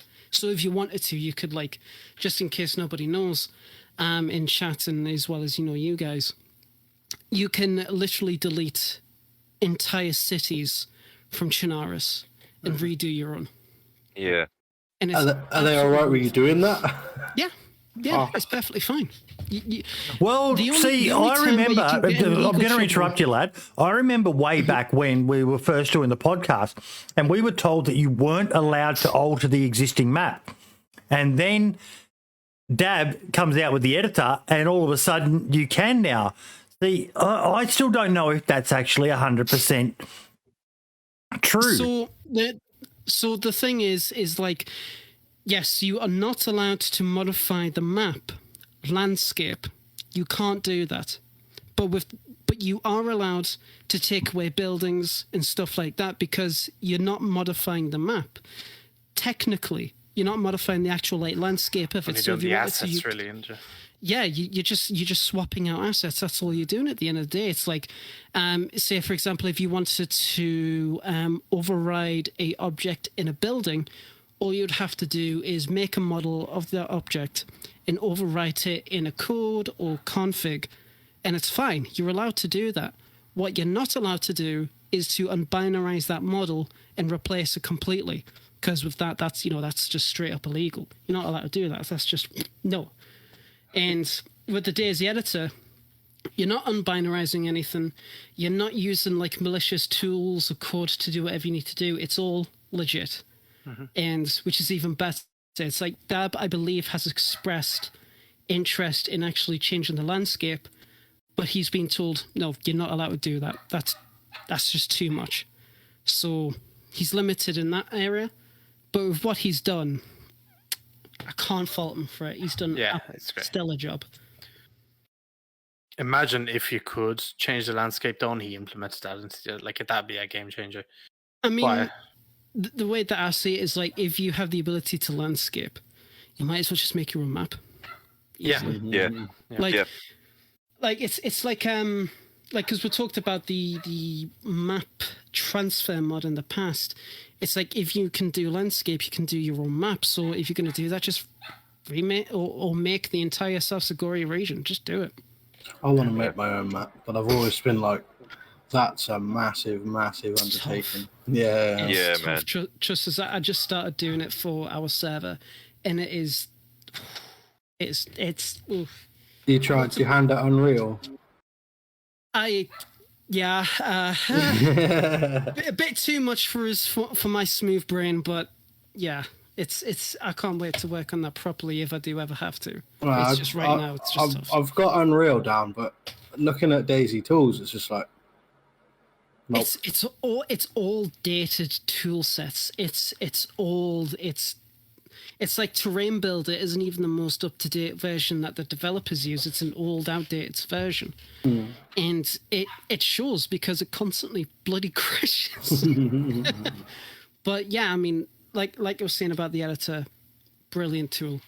And if you don't do it, if you develop for a server and you don't use it, you're doing yourself and your community a disservice. Absolutely. Yeah. I haven't used this since he added the delete feature, so I might need to go back into it. I'm really interested because the thing where you can like freeze characters and stuff, I'm thinking now, can you freeze characters? I don't know if it's possible, but I wonder, can you freeze characters that like, so you get a character to shoot and then you freeze them just to shooting? I wonder, like, will the bullet be frozen there and everything like that? Will it work for just the characters? Will it work for weapons as well? I've not really tried it. I would love to find out actually. That's what I'm excited about, to see. Dance to Jesus' video that he made was mind-blowing with how beautifully it was done, and I'm excited to see what content creators can do with it as well. You know, I sit there and I think of the sort of work that Fubar Bundy puts into his videos, and he uses the editor, Armor Editor a lot, I believe, for some of his stuff. It'd be great to see if he could start doing stuff like that with DayZ now. Because you sometimes see it, yeah, he's got to rely on gear being the sort of similar, and how he does his aerial shots, so I'm excited to see what can come from that. Very excited. I've only just started making DayZ videos. And you enjoying it? Yeah, I love it. I'm on like the compilation side of it at the moment, still sort of learning the software. But yeah, I do enjoy it. I keep wanting to like make a story, but it's like, where do you even start? Yeah, I mean, stuff like that's always difficult. I've never dabbled in it, but I know there's some really awesome community members out there who do regular stuff like that. So if you need advice, I'm pretty sure they'd be more than happy to give I've got a big group of people that are like giving me advice and showing me the right ways of doing it, how to render correctly and stuff like that. But it's just It's a lot to it, isn't it? There is. There's a lot of creative walls for me because I've not really expressed myself in this medium yet. So still trying to find my sort of niche with it. Skurge, I really feel that, man. I feel exactly the same. It's hard to get a start, you know. You want to you want to do it. You want to create something, but it's like, what are we building here? Honestly, I want to make something that makes sense. As much as I'll even stand up and do it. Just do it. Just do it. Someone make that a GIF. But no, seriously, I've said this so many times. Just fucking do it. You'll evolve. You'll change. You know, go back and look at the Running Man's channel from his very first videos he uploaded to what he uploads He's now. my inspiration as well. He's the guy that made me go, right, I'm gonna look at Fubar Bundy's channel, and you compare the first stuff he was uploading to the fucking stuff. Look at JLK, the stuff he first uploaded, compared to these movie-length montages that him and his crew are all doing lately. You'll evolve. Just start. Just don't fucking hold back. Just fucking do it. You won't regret it, mate. It is so good. Yeah, and if you've got a music background, you'll pick up editing in no time, and you'll be able to add stuff to it. Like, to trust me, the use of music in your videos is one of the biggest ones. I highly recommend a subscription to Epidemic Sound. The library it's fairly cheap. I think it's like $10 or $15 a month. Yeah. And the library of music they have, the outro song for this, I pay for it. I pay for it twice now because I've got 2 fucking Twitch channels, and you can only you can have it subscribed across one Twitch, one YouTube, one Instagram, one Facebook, and one I can't remember what the other one is. TikTok and Stuff like Twitter. that. But if you go if you've got 2 Twitch accounts like I do, you need to have a second subscription. And I've just gone and done it because I love that one song so much, and I want to be able to use it.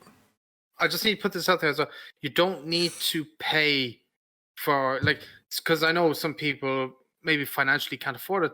$10 a month, something like that. It can be tough for some people out there. Yeah. YouTube has its own audio library with songs from hundreds and hundreds of songs. It's gone back to, I think, 2014. They started their audio library. All free. You can use it no matter what. And you'll be surprised at how many songs you've heard in videos that are from there. There's a guy called Kevin MacLeod. His stuff is fucking gold. I don't think there's hardly a single video editor out there that hasn't used a Kevin MacLeod song in one of their videos.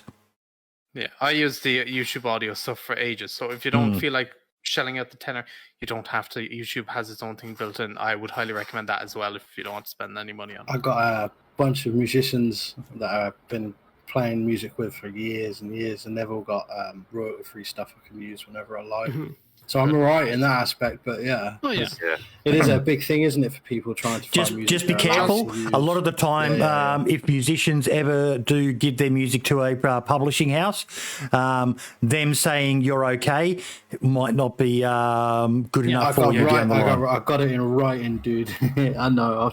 I've explained it to them that it's a live thing. Yeah, but if they can give you permission, but if they sell the rights to their stuff, then they don't have the right to give you permission anymore. Yeah, that's right. They've told me if they did ever sell the songs, that they would have to revise what I am allowed to do. They'd have to email me and let me know. But they'd have to get the record label to whitelist just to be able to use that music then, so you're not claimed.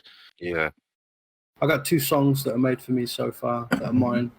I got the rights to those, which is good. Because we all know how nice the music companies are, Marks, and they'll be sure to get around to adding you to that list ASAP. Oh yeah, I've had videos from.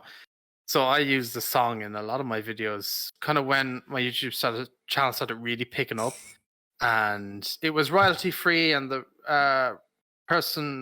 artist who used it said, use it, just give credit. So I always give credit in the description. He was like, it's no problem. Otherwise, they were fine for a couple of months, and now, like recently, maybe 5 or 6 of those videos now have been claimed. So I've had to go in and take the intros and the outros out of those videos. And it's like, ruins the videos, but they're old, so I'm not really too worried about it. But just you have to be careful with stuff like that.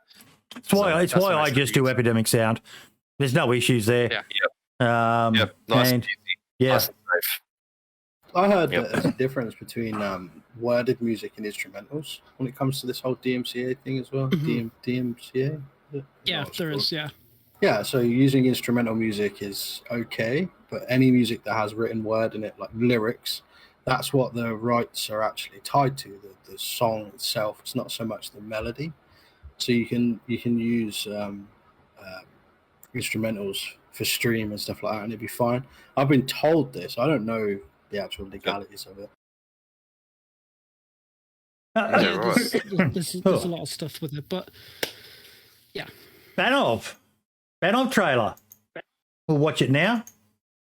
Banov. Yeah.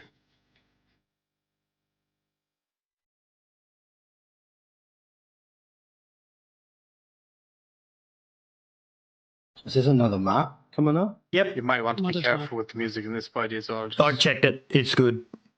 Okay.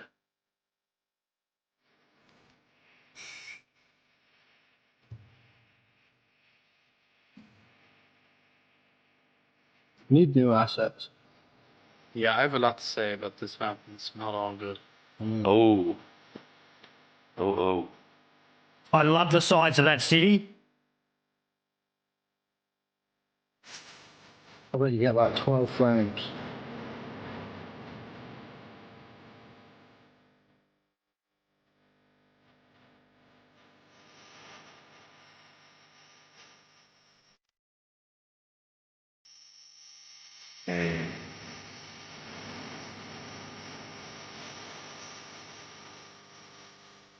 Who's done this?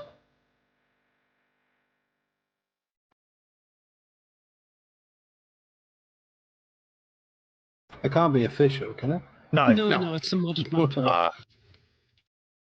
I tell you, it's a good time to be a DayZ fan. Whether you love the map or not, Marks, I think you'd agree.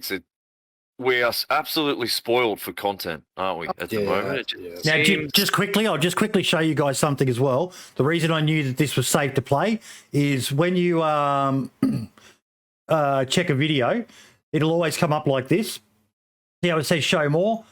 Unclick it and look down below. If there's a copyright song in there, it'll be YouTube's copyright detection is on point, and it'll list the name of the song and state that it's a copyright music there. So that's how I knew that was a free-to-use song. Good to know. Good to know. So can I go first with my impressions as well? Go for it. Go man, for it. Be the negative Nelly. It's not really negative. It's criticism.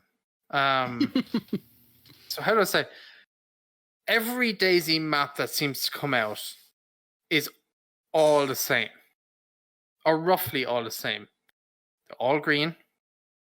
They all have usually one big cities, maybe 1, 2, depending on the map.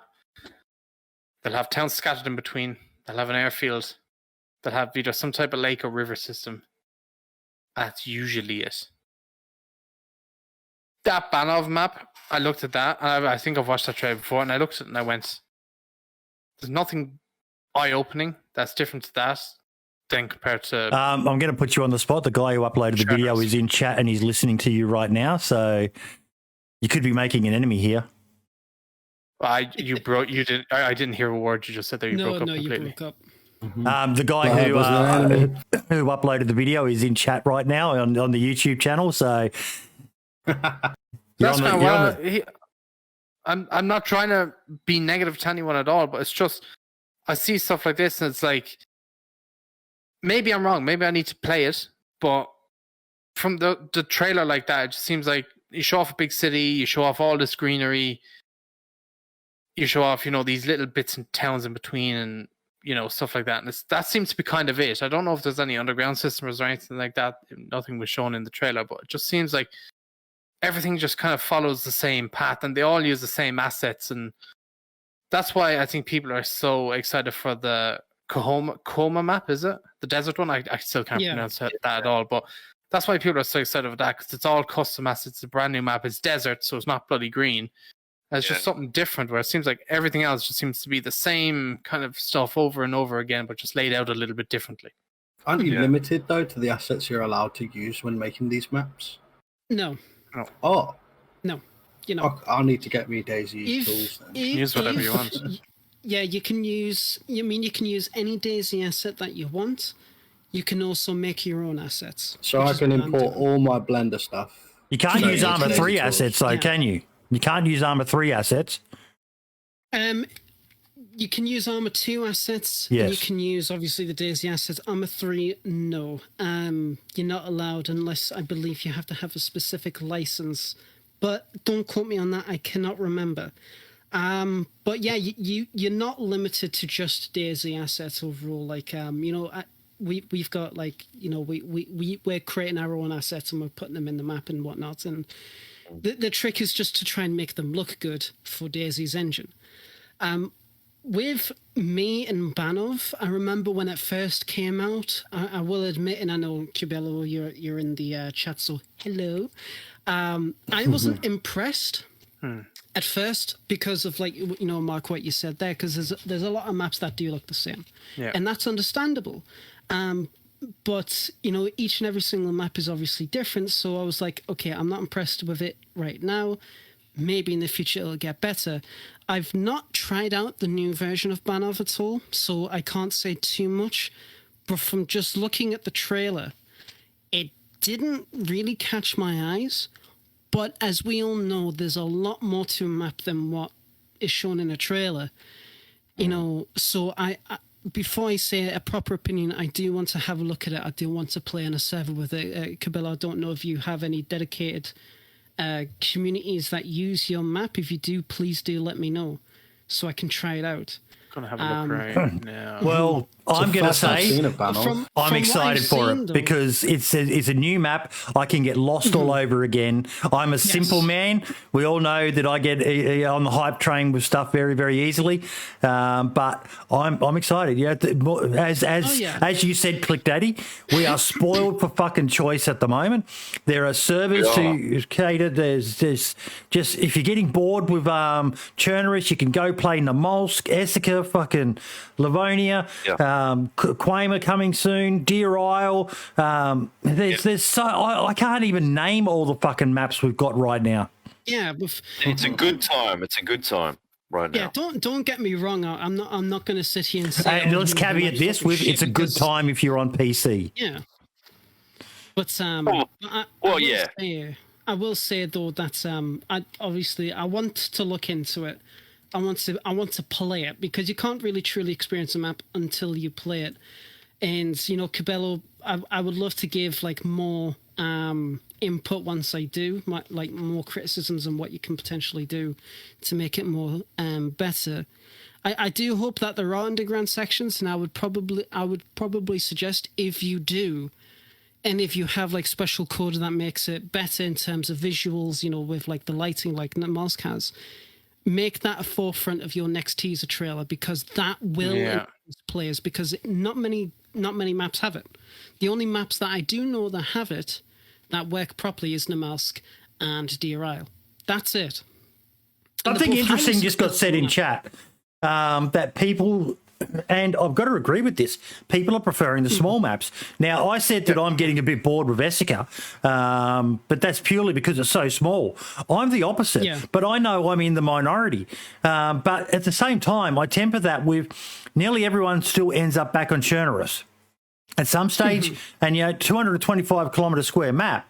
But people love the... He said my comment famous. Fucking trolls. But there's something to be said for the smaller maps. They're fast paced, and people love that fast paced action. To me, that's not DayZ, but yeah. Yeah, I mean, I'm just reading what Cabello was saying that it's received a new satellite design about 4 days ago. Thank God, because the last time I checked it, I did not like it. I thought because the map wasn't finished. I don't know if it is now. You can correct me if I'm wrong, Cabello, but yeah, it wasn't good last time. It really wasn't good. But you know, if obviously you're still updating it, so I've got to give you props for continuing to update it. You know, you're not leaving a project to die. But you know, keep it up, mate. Do definitely keep it up. Like I said, just DM me in Discord or something about like, you know, dedicated servers or whatnot, because I do want to check it out. So the thing I think with maps is it goes with servers as well. If you have something unique, you'll fill those servers very quickly. Look at XDK. I know we keep bringing it up, but it's so unique. It's like no other server out there, and all of their servers are full. It was the same with Rearmed. Rearmed are still full to this day. It's 4 months later. It's a bit like trying to be a content creator in DayZ at the moment. You've got to come up with something unique to make yourself stand out from the crowd. Yeah, like if people watch that trailer, they're going to see it. Oh, it's kind of like Chernarus, so I'll just stick to Chernarus. But if there's something cool, I don't know what that could be. I have no idea. But something that is just not on any other map, then, you know, like put it, like I see these maps and I think to myself, like, a lot of these maps, apart from I think Deer Isle, like, don't have, like, when I think of like as apocalyptic map, it should be like you know, it should have nuclear reactors on it that have gone into meltdown and have exploded or something like that. And, you know, just completely crazy kind of maps that are just, you go into it and you're like, wow, what have I, entered into? That's what you need. But when you have a map that looks very similar to Chernos, I don't know how it plays in comparison to Chernos, but it's not going to grab people's attention. Yeah, it's you What can about have Essica? a map that looks like Why has Essica grabbed is people's attention then, Marks? Because it's Because new. Just because it's new. because It's the Essica, latest. But Banov's going to be new as well. No. Let me get my point out first. Essica is small, and Essica has a kind of like different like.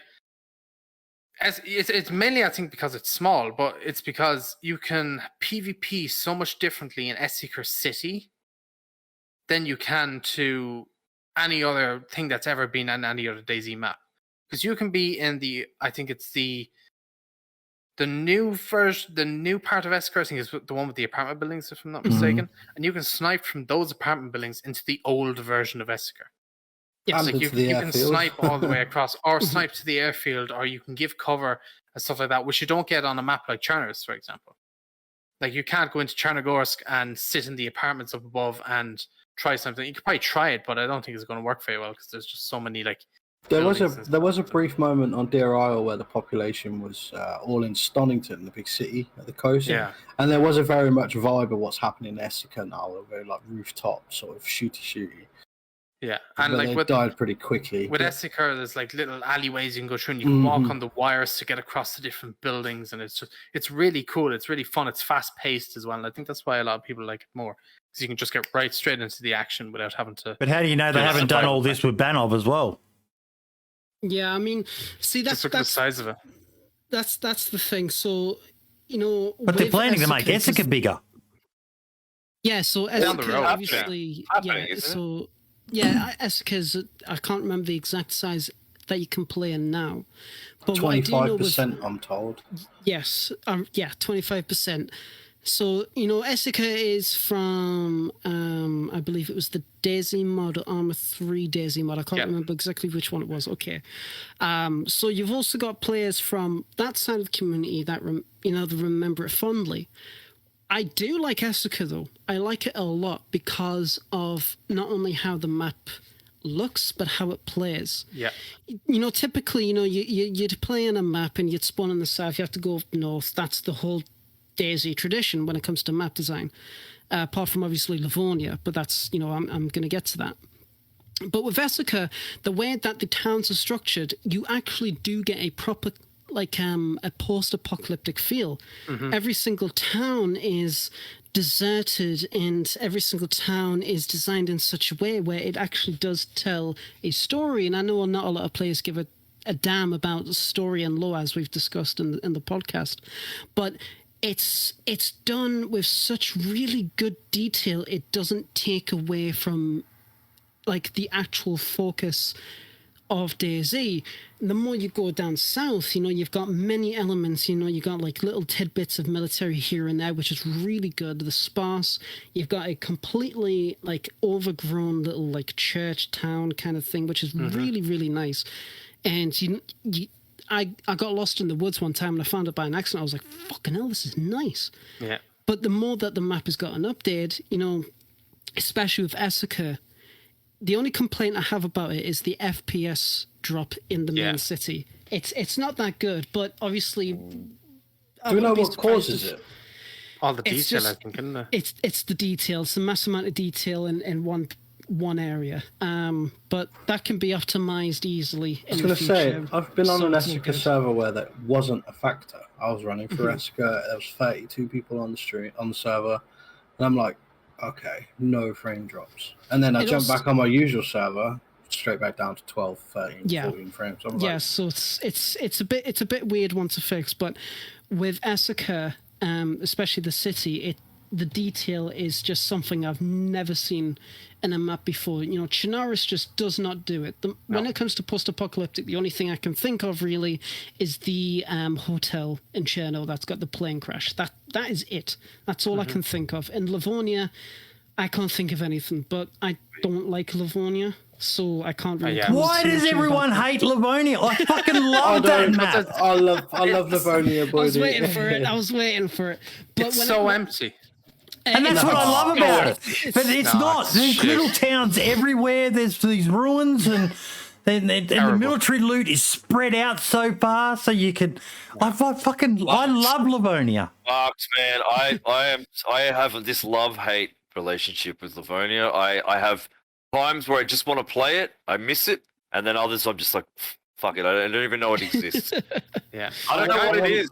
I don't know what it is with Livonia. I want a I map just- that's endless, just doesn't stop. No, you can spend 6-10 hours going one direction and still have loads to go. I want a map like that. One day. Yeah. Wait, when is this Banov map happening? It's out Is right this- now. It's out now. Oh, it's happening now. Okay. Yeah, yes. Well, That's why I was asking for servers before. But with, Awesome. Check going that out. Going back to Essica, the more south you go, the more unique it is. Like there's the massive rock face towards the southwest side of the map, and there's a massive cave in there.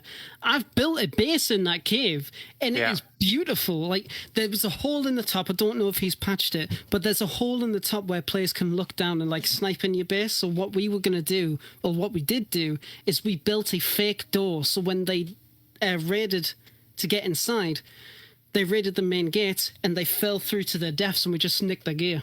Oh wow. Oh, it was amazing, and I do like Essica, but I do hope with Banov, because obviously I haven't looked at it properly. I do hope with Banov that it does have some really cool, unique details, and I am going to check it out before I can whether say I like it or I You don't know like why? it. So, You know why Yeah. Esker I think plays so well. Now I'm just kind of talking about the city area itself because that's the most I've spent time in.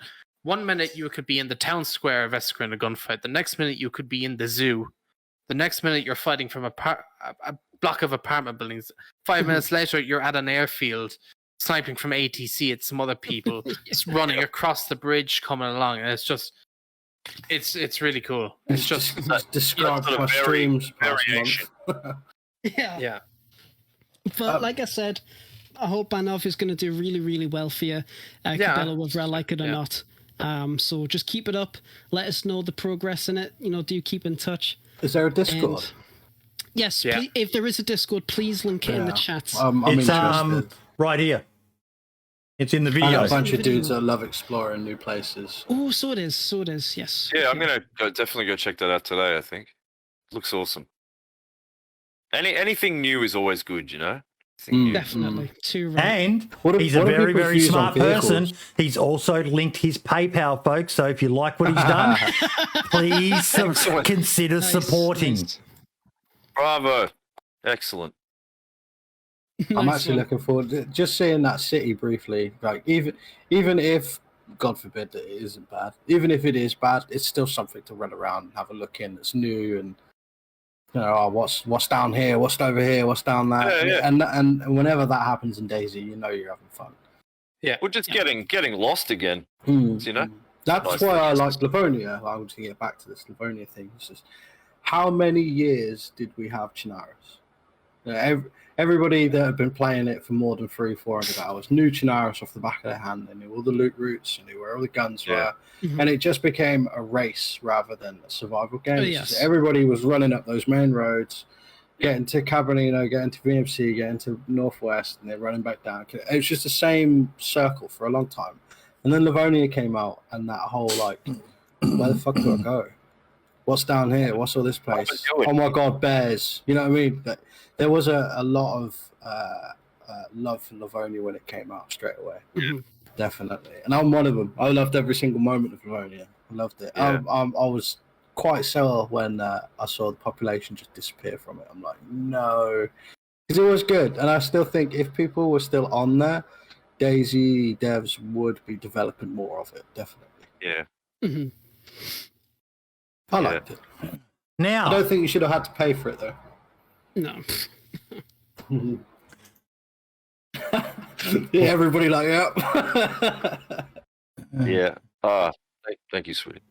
so lad, I'm going to be relying on you to explain what the fuck happened here, mate.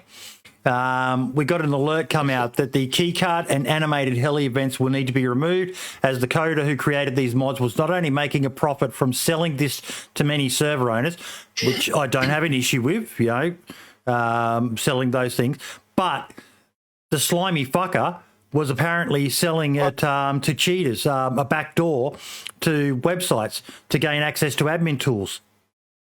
Lad, can you explain what the fuck happened here, mate? We've alluded to this in the past, that this was possible, Christ. but yeah. What? So so from the information that I found out from Dumpgrad telling me about it, and the guys from Rearmed talking about it in the DayZ Modders Discord, what happened is that this person, who I will not be naming because quite frankly he should not deserve any of the attention for the slimy shit that he has done. He made these mods, which by the way they were they were kind of good mods from what I saw, and the PBOs were obfuscated, which means that you have to use special tools to get access to these PBOs, to look at the code, to make changes, everything like that. He was selling these, and the PBOs are completely locked up. So somebody got curious, I don't know who exactly, they got curious and they unlocked it. They unlocked the PBOs to have a look. And they saw that in the code, there was a link to a website. And when they had a look, they realized that these websites, you could buy this backdoor access to this mod. So cheaters could go onto these servers, the code would check if this person's got this. If they do, voila, they've got admin tools. And they can wreck servers. This guy didn't say anything about it. Didn't say a bloody thing about it at all. And this has single-handedly completely ruined his reputation. Yeah. So all the servers that have got these mods, they are scrambling because now it's like, shit, if this guy's been doing it, who else has been doing it? So they've been taking down. They've been taking down these mods. They've been fine-combing because some of these servers, they've specifically, obviously, they've paid this guy who's done all this kind of stuff and has told other people, oh yeah, this guy's really cool. He's done all these really cool mods and stuff. And it's like, what's the legalities behind this? Is it No straight good. up fucking illegal, dude. Yeah. It's Yeah, straight yeah. up illegal. There's already a grey area with selling mods anyway. So, you're in that grey area and you're selling backdoor access to God knows who for people to come in and do God knows what. And it's like, as far as we know at the moment, and this is just speculation, they only had access to admin tools. People can do weird, fucking scary stuff with this kind of shit, and it's Yeah. why? Like, it was absolutely bloody dreadful, and I think we were actually going to get in touch with this guy, like for our server, because we want a keycard mod, and it was like, oh fuck, it's a good thing we didn't now, isn't it? Shit. Yeah. Yeah. But it's absolutely pathetic. I don't know how much this guy made. Not a clue. I don't even know how much he was selling it legitimately to people. Well, I see But it this. I see this heli mod on quite a few people's YouTube videos and stuff. So yeah. I'm assuming So he got quite deep. I I mean, think yeah. So Rearmed was one of the servers Rearmed had him. that had this. So if you think, if you look on battle metrics, Rearmed is the #1 server to play on right now. And if you think, they're the #1 server, how much money has this guy made from hackers and cheaters and God knows what trying to get in? So, I know how much. Well, I remember a rough figure of what they paid for the heli mod. So it was told it was very small amount. It was only about $35. Right. So that was just. Oh no, sorry. I was like, it was $50 for the heli mod. Uh-huh. So if you're making $50 per server, there's a lot of bloody servers out there. Oh god, yeah. And then when Rearmed exploded, and people were seeing, oh wait, there's these unique heli crashes, stuff like that, and then server owners who were playing on Rearmed went to their servers and were like, right, I need this mod for my server. Then they go do it and this, and then before you know it, he's after making a fortune. Jesus. It was yeah, when this came out, it came out the other day, and I was actually in two minds about posting it on the podcast, but I thought more people need to know about this because it was kind of the news came and went very quickly. Yeah. It was like there wasn't that much discussion about it in the first I've DayZ heard of Modders it. Discord. Yeah, I mean there's not much talk about it. It's probably just like the server owners they know the mod, they know the mod creator. They've just dealt with it as it's come. And It's kind of one of the things that makes me sad that nearly everyone knows about what's happening between Minder and the Running Man, yet the majority of people out there have no idea this just happened, and that really it makes me fucking sad. It's like people are more focused on stuff that doesn't matter when it comes to this kind of stuff, which is an actual detriment to the not only like the player base in a particular server, but the DayZ community as a whole, because this is just the first instance of it being found out. Yeah, I was going to say that we found out. Yeah, exactly. There could be other people in the community who's doing exactly this same thing. These people that come up with these things don't ever work alone. They've always got a group of people in a call center. You know, and it's just how crazy it can get. Look, we covered it before. I know I'm not saying anything that's secret or anything, but we've covered it before. It got done. The troll on Summit 1G was through a backdoor to the server. And that was something that some mods legitimately have backdoors to servers installed in them. And there's been other uses of them which haven't been quite as honourable, but yeah. I mean, I do know that I think Dan talked about it in the past when we were talking about that day 2 server situation, the day 1, day 2. That those admin tools had backdoor access, so people on that list, specific list, can go into any server to do what they need to do. And that's how Dab managed to, well, not only Dab, but a couple of other people. I could be wrong there. That's just from memory. To me, that's still a bit of a grey area. I don't like the idea of backdoors full stop. I don't think that it needs to be done. Anyone trying to get backdoor access to anything does not have your intentions in mind. So, agreed. What makes this worse for me is now I don't agree with it, but I can understand backdoors when it's a free service that you're getting, because the person who created that mod should have the right to be able to remove it if they don't like the way that what you're doing with your server. But when you've actually paid this guy to do this mod for you, and then he's installing backdoors into your server, that's extra fucking shitty. For other people. It's like it's an absolutely terrible situation. Yeah. And, you know, I do hope that server owners and modders, what's the kind of words I'm looking for? They have more tension. More vigilant. Comes to this yes, they are more vigilant when it comes to stuff, especially server owners. You know, they need to vet their mods. They need full access. Yeah. To who exposed it? Do you know who exposed this?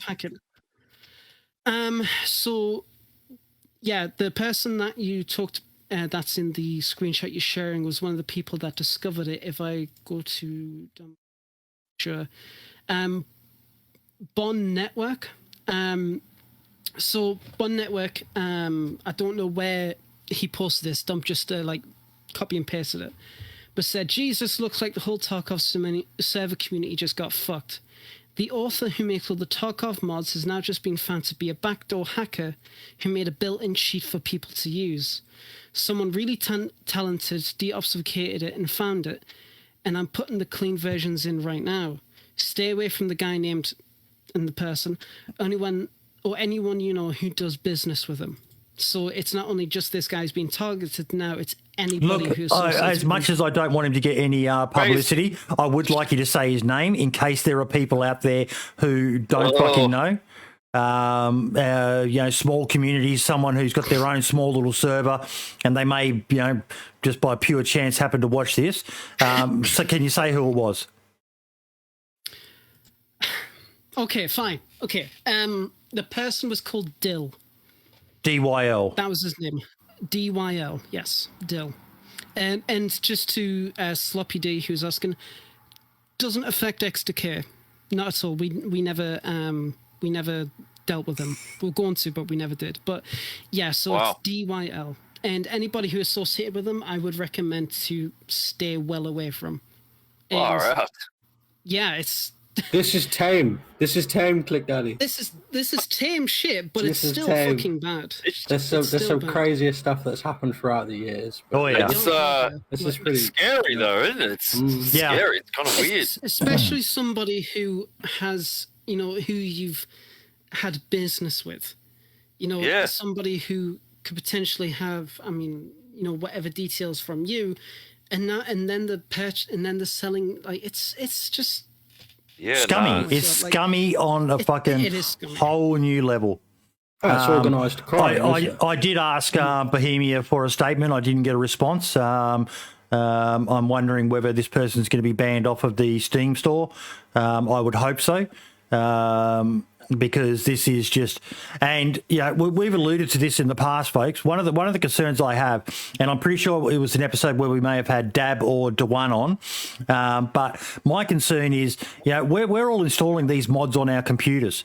What else are these mods getting access to? Yeah. It's very concerning. I mean, I do have limited knowledge in the whole thing. You know, if anybody in chat who knows more, then please obviously do let other people know about what is going on. It's ridiculous. So so yeah. It scares me. It really does. Yeah, you take it at face value that this stuff being installed onto the Steam Workshop has been vetted in some way, shape, or form. But again, and this is the whole argument I've had many a time, this is what happens when you allow free stuff to be uploaded.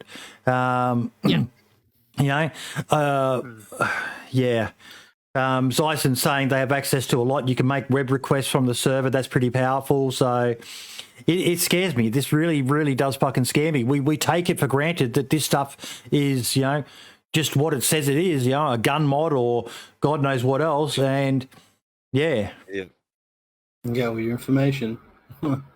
Yeah, exactly. I mean, Maybe I will go to official only. Come on, buddy. But it's Come on, man. Yeah, it's absolutely fucked. It's just, I mean, that's the thing. No idea how long this has been going on for. So it's obviously, and like you said, how many other mods are doing it? Yeah, it is scary. It's like, do you think there are other mods doing similar things right now? No doubt. There probably is, but the thing is that from what I've seen, is that modders do, you know, they do vet each other. You know, I mean, in the DayZ modders Discord, there's a whole channel called #legal, where modders and community members can report other modders on the workshop about, like, you know, illegal repacks or illegal mods and shit like that, and you know, they're taken very, very seriously. So, if you find, say, a modder like that, like this guy, for example, that's after doing this, do you then, like, say it's putting the modders Discord first, do you then go and send the DM to somebody at DayZ to inform them about this? I would, yes, because you know, that they have this probably in the workshop, and it's just straight up how explain it. They're using Bohemia interactive tools for this kind of intent. So get in touch with Bohemia and maybe somebody at Valve.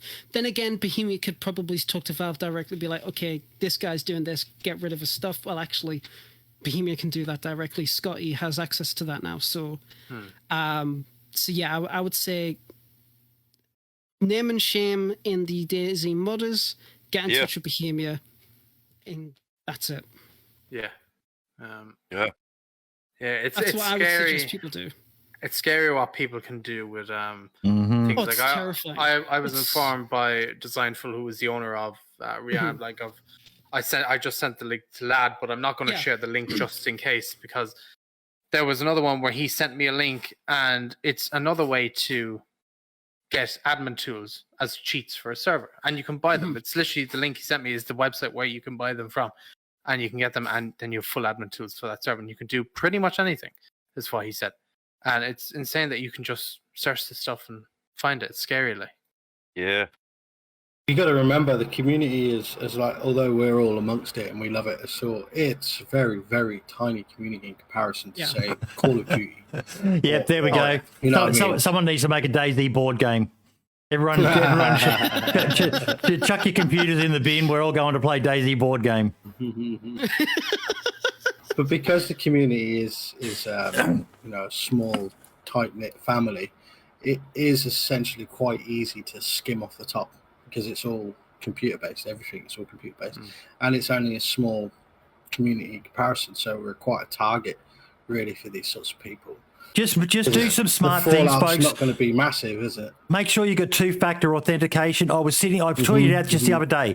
I was sitting outside having a cuppa with the missus and the dogs, and suddenly on my phone popped up a message. Someone was trying to access my Twitch account, I think it was.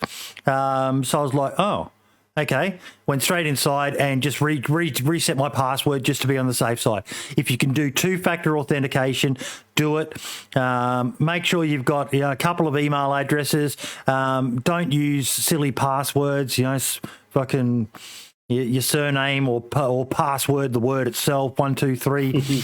Your Google Chrome comes with a bloody password suggester thing now, and just mix everything up. I've gone through and done everything and just mixed up everything I can so there's no passwords the same. Just protect yourselves, folks, because you can't trust other people to have good intentions. There's always some dodgy fucker out there who's going to be... Some people just don't care where they make $1 from. They've got no morals or ethics, and they'll do whatever they can to get money from you by hook or by crook. Yeah. Like, I lost my Call of Duty account recently on PC. Yes. I lost 120 euros worth of games. I lost over 2 years worth of progress. Everything gone in an instant. Emailed Activision support. May as well be shouting at a brick wall. It would probably help more. Then a couple of days later, my cryptocurrency app that I have for my account was targeted there as well. And then my Instagram was targeted after that as well. And it was it was really weird. Thankfully, they didn't get into the cryptocurrency or the Instagram, but they got the COD account, and that's gone. But that's what happened to me with CS account. They took my whole Steam, all my games, all my progress, everything. And when I asked Steam about it, they were like, yeah, sorry, dude, there's just nothing we can do. Make sure you protect your email and your phone the most, folks, because for most people, if they get your email, you're in a world of fucking hurt. Make sure that is set up, It's called Authy. It's an app. And whenever anything like that's not me doing the usual sign-in, it'll ask me for my thumbprint. And it'll only work when I put my thumb on my phone, and then it will give me the code that I got to put in. Yeah, it's really good for that. Yeah, right. Yeah. Okay, let's try and find a better topic. What's next on the agenda? Because that one was fucking scary. Mark's A Day in the Life video. Oh, yes, a day in the life of Mark's. Whoop, whoop. What made you do this video, mate? I've always wanted to do a video of this, just this type. But my life's very boring and I don't really do much. But it just happened that, so I was like, if I was ever going to do it, I'd want to do it on a busy day. And I was like, well, what's the busiest day is update day. When, we have to make the update videos, especially for people who make update videos. And see what goes on behind the scenes to get all that stuff done. So it was just basically showing you how all that works and what actually work goes into making these update videos, because you might think it's simple, and it is fairly simple, but it's not as simple when you're racing against the clock. Because when DayZ tweet out that the servers are going down, you have to be then waiting for them to release the patch notes. And once the second the patch notes are released, you have to record, edit, render, and upload all that in a space of maybe an hour or two, depending on... Can I ask you something? Time. Yeah. Did you stick a sock in your underwear? No.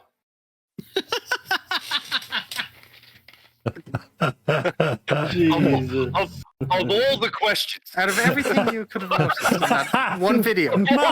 Marks, this is me you're talking to. You should be used to this by now, mate. You know where I'm going to go. All I had was jealousy. oh wow! But mate, one thing I want to say is, fucking shout out to your little community, mate. the comments on this video, because you actually exposed a lot there, mate, with the working out and all the rest of it, and your full body, and a lot of people when they're a big hefty lad don't like showing it off and that, but you went fucking balls to the wall, mate, and you showed everything. And the comments on here, I read through them for quite some time, and there was some really fucking nice. Motivational. There was no toxicity, no nasty fucking. There was one comment. I'm trying to find it.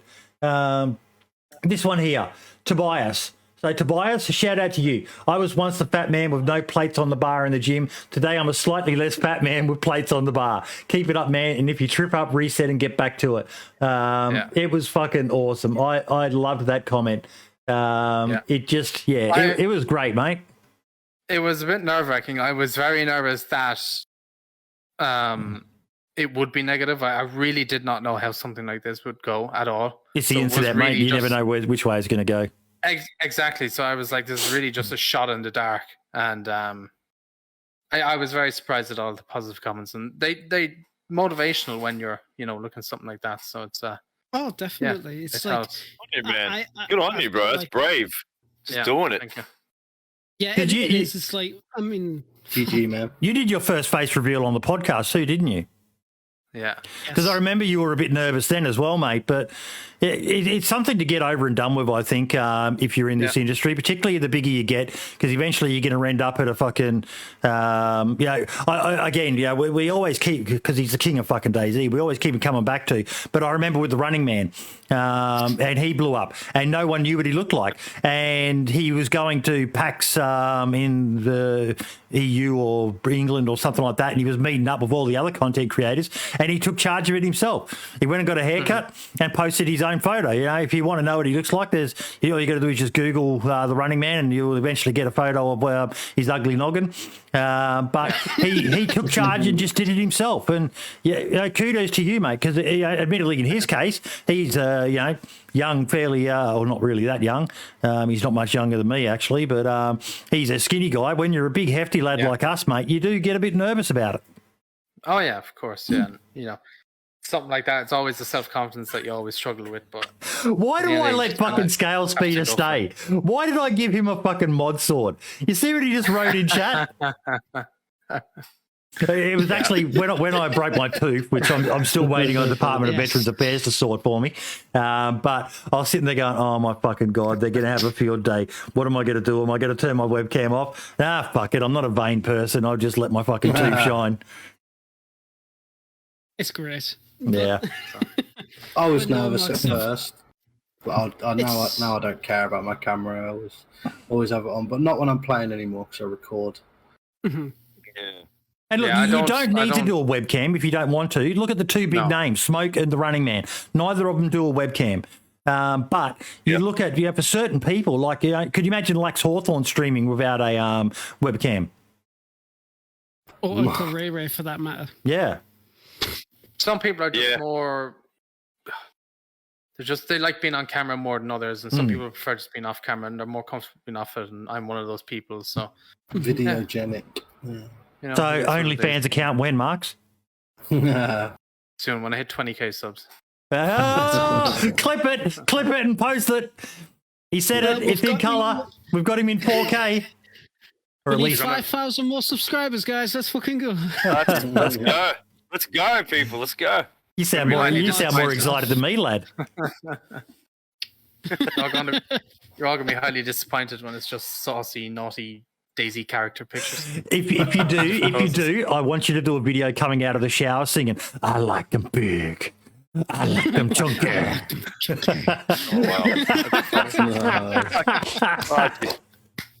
All right. But, no, Max, I've got absolutely the highest respect for you, mate, for doing that. I've been wanting to go to the gym because, like, I'm a big lad myself. I need to lose the weight, but it's like you just don't get that. It's terrifying getting yourself out there to do that kind of thing. So the fact that you not only went to the gym, but you recorded it and you put it online. Yeah, man. And it's like, this is who I am. This is what I'm doing. It's a good incentive. Man. It's a good incentive. It backs you into a corner, doesn't it, ClickDaddy? Yeah. Well, it's just, you're owning it, dude. You're putting it out there and you're owning it. And that's, a lot of people wouldn't do that. It's Well, it's keep it cool, up, man, man. and I'm I glad wish I you all done the it, best so with it. Thank you. Thank you. Yeah, Hell yeah. It's 100%. like when I went to Airsoft and I got my photo taken. I posted it on my Reddit account, and I got a lot of people really liking it in the Airsoft subreddit. Yeah. But I got a few comments like, you know, they weren't so nice. Well, that's But it kinda Reddit. like- But yeah. Yeah, it kind of put us off.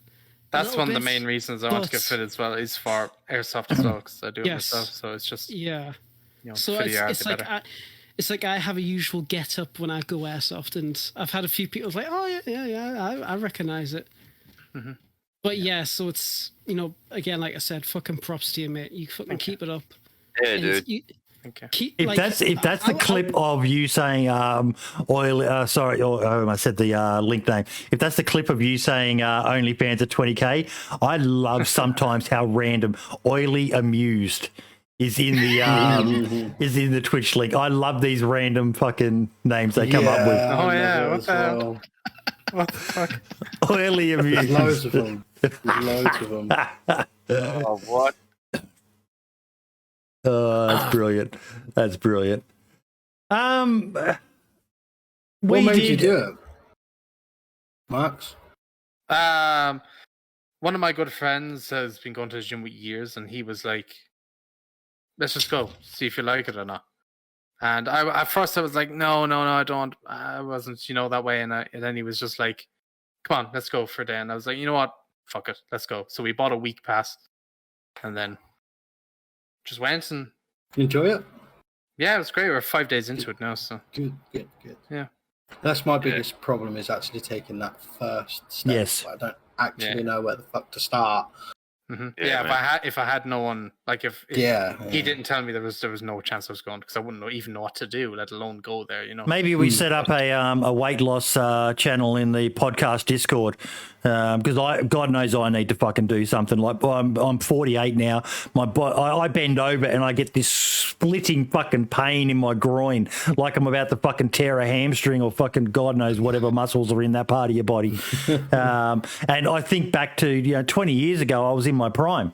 I was fit and healthy. I was just out of the army. I was still pretty in good shape, and I got up to 150 kilos, guys. 150 fucking kilos. I'm down to 130, but that's not as good as it sounds. I actually got down to 105. I've gained 25 kilos fucking since I lost all that weight loss. So yeah. And another thing as well, I suppose, is inspiration. My younger brother went off to the army, and he's currently training to be a soldier. So it was like, one of my things was I want to be fit enough and hopefully skinnier enough by September. So when I go to his graduation, I'm more healthier, he's more healthier, and also a soldier as well. Yeah. We can both kind of celebrate on the one day and be like, Yeah, that'd be cool. So- That would Good be on you, cool. mate. Good on you. That's where I go. That's a good goal to have as well, man. Yeah, dude. if you keep it up at the rate you're going, mate, you're definitely gonna get there. For Hopefully, sure. anyway. Especially this fucking heat. I know. I'm dying. I am so Yeah. bloody hot. Fellas. Now we released our first standalone video. We went back to the episode with Matt Lightfoot and took the DayZ Lore that we did. And I actually, for the first time ever, I paid someone to do an edit because I felt that this topic deserved more respect than I could give it with my fucking ham-fisted editing.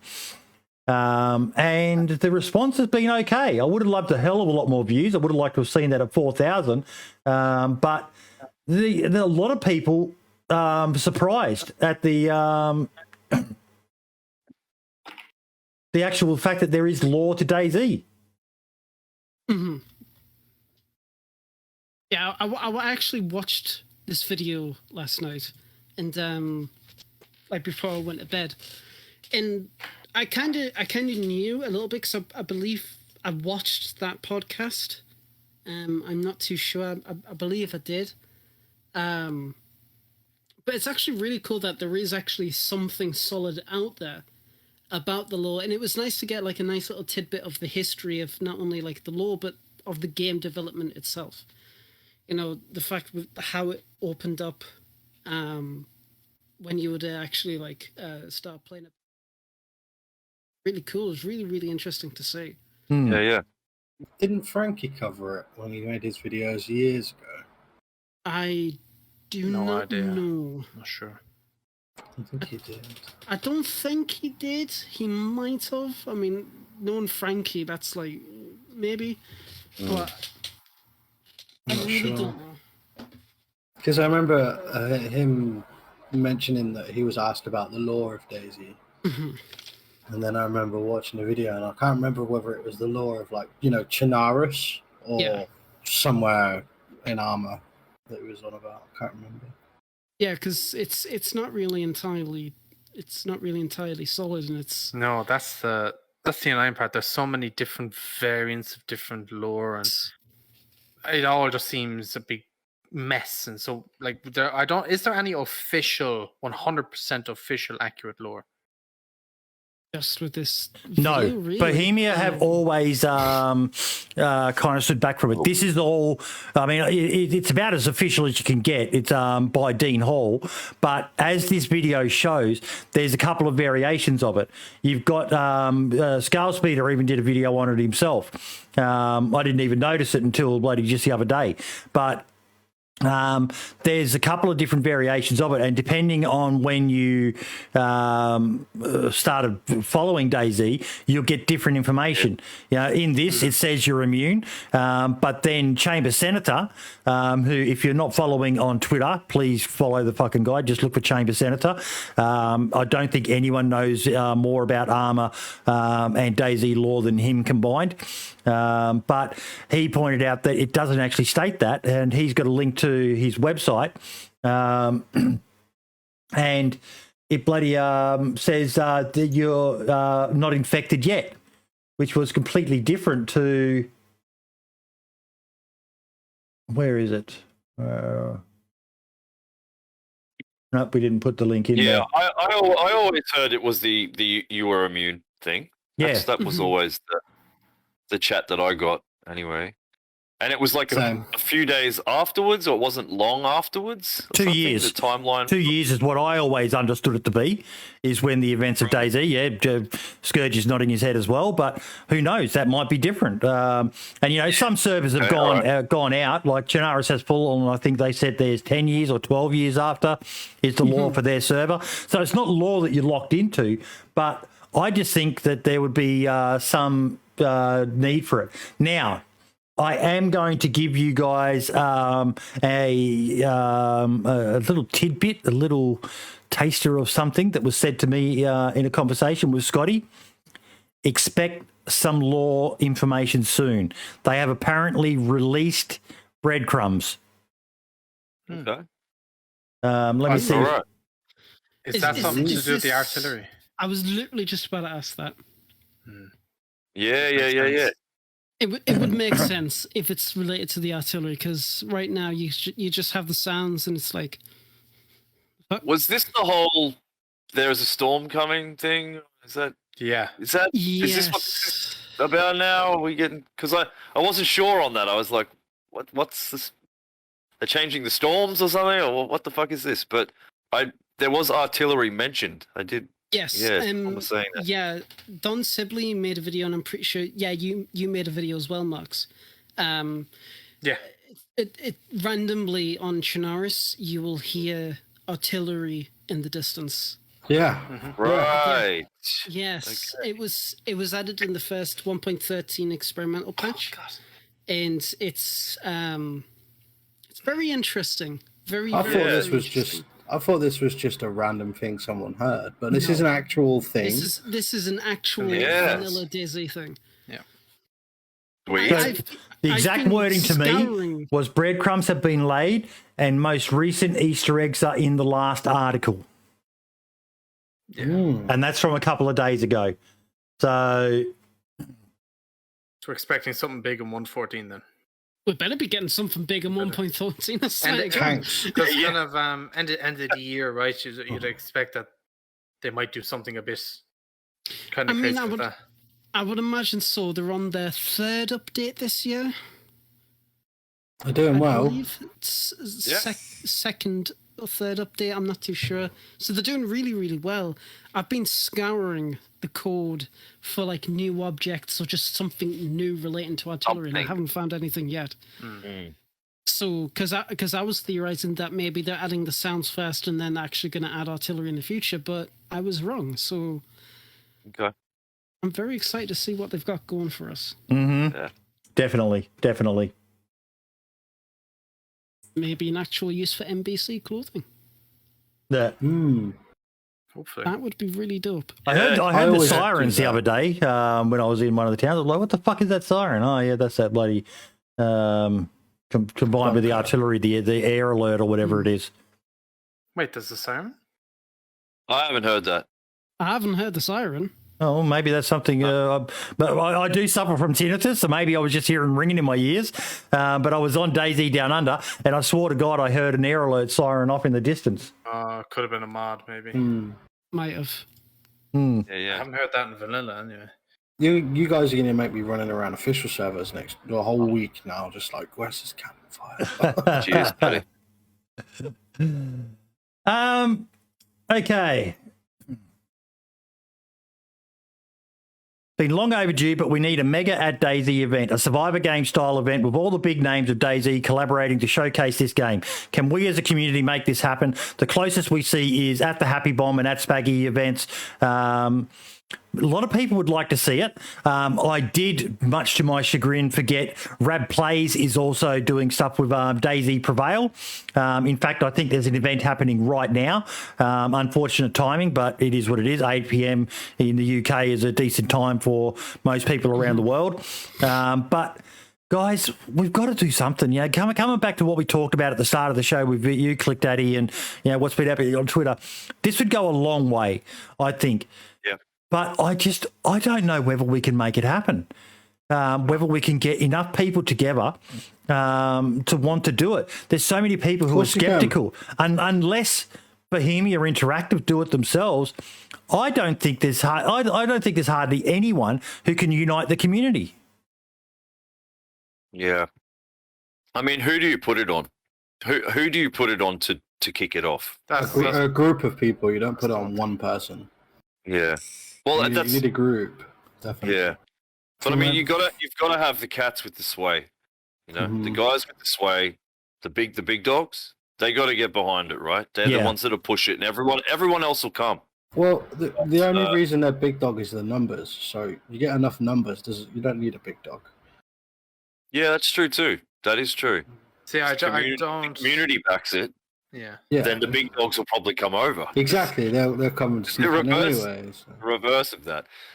Yeah. But see, the thing is, we done a battle royale on the Christmas event. Mhm.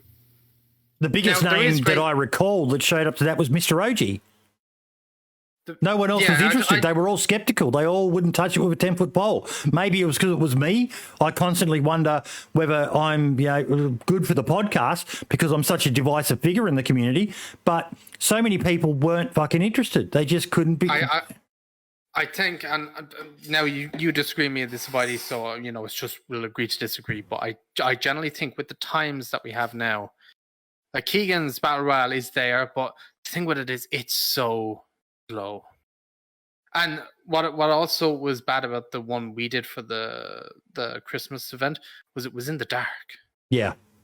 For whatever reason, it was that made no sense. But even like on a map like Namalsk, where it's quite small, it was very, very slow. And then once it got dark and you had no MVGs, you were absolutely screwed. And I think that turned me off. I totally agree. That and turned me off. This is coming back to what you were saying about get a bunch of people behind it and then custom make the event to be. You can have the battle royale mod. I can see some enjoyment in actually playing in a nighttime game because it adds a whole sense of scare factor to it. But as a viewer event, no, it's a horrible idea. As a viewer event, it needs to be in the daytime so people can clearly see things. But we would need modders to come together. Take some of the elements of the Battle Royale mod, where the viewers, the people commentating or spectating the game can see the nameplates of people running around. You go back and you look at the old Survivor games. Has anyone ever watched it? The old Survivor games? I was in them. No. I was in the Survivor game. How did that go? Like, Yeah. It was sort of kind of remember what your teammate looks like. That was pretty much it. Like you started with the people you're with, so you kind of knew by the time you got into a fight who you're with, and it wasn't from Mark. I only didn't even one of them. From what I can remember, there wasn't any sort of signification of who was who. You just knew you were with these people. Right. I was also in the True Colors events with Happy Bombs, with the different colored backpacks, different zones and stuff. That was a really good way of doing it, but that must have been extremely stressful for the people involved, and there was quite a lot of people trying to work that out. And we had shoutcasters as well, people who were streaming the camera of it all. It was crazy organization. Yeah, so I think just that format. Now, this is just my personal opinion. I think like that event, as you see just by the video. How long of that 3-hour video is the actual event? About 2 hours, two and a half hours. That Which today, video is that? the one Buddy's sharing at the moment. Survivor Games 5.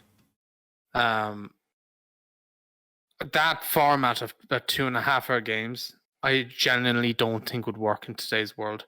For the simple fact that it's just people's attention span is less. Now, back in 2015, or if this 2014, 2015, yeah, I could see how that could work because there was nothing else like this around at the time. I don't think I was in that event. PUBG wasn't a thing, none of these games existed. But nowadays, you'll even see it. Like, I'll use this totally different example, but you'll see with the shorts that like all these DayZ YouTubers now are doing shorts channel where they're putting up between 10 and 60-second clips because that's what bringing the most views nowadays. Something this long wouldn't work for today's. You'd get no viewers, and you see most of the big content creators wouldn't do it because the viewers would get bored. I think that's why they didn't do the other one either. It's because they don't want to be sitting there all day in a bush or whatever doing it. I have the perfect map that I think would work really, really well for Keegan's BR. Let me get the name of it quickly. Is that you seen that Swan Island? I think that's it. It's either Swans Island or Stew or something. Yeah, I've had ideas in my head about making an event using Swan Island. I'll get you a link, buddy, for the when it comes to like the actual content I just got to get creation him to side a of such an event, I think the most best way to do it is obviously you've got the full live stream about the whole event, and then you'll have like individual videos of like the people who played and best bits and stuff like that. So if you're going to make it like a regular thing, like once a year, people can easily go back, watch the previous year's content to get an idea on how stuff works.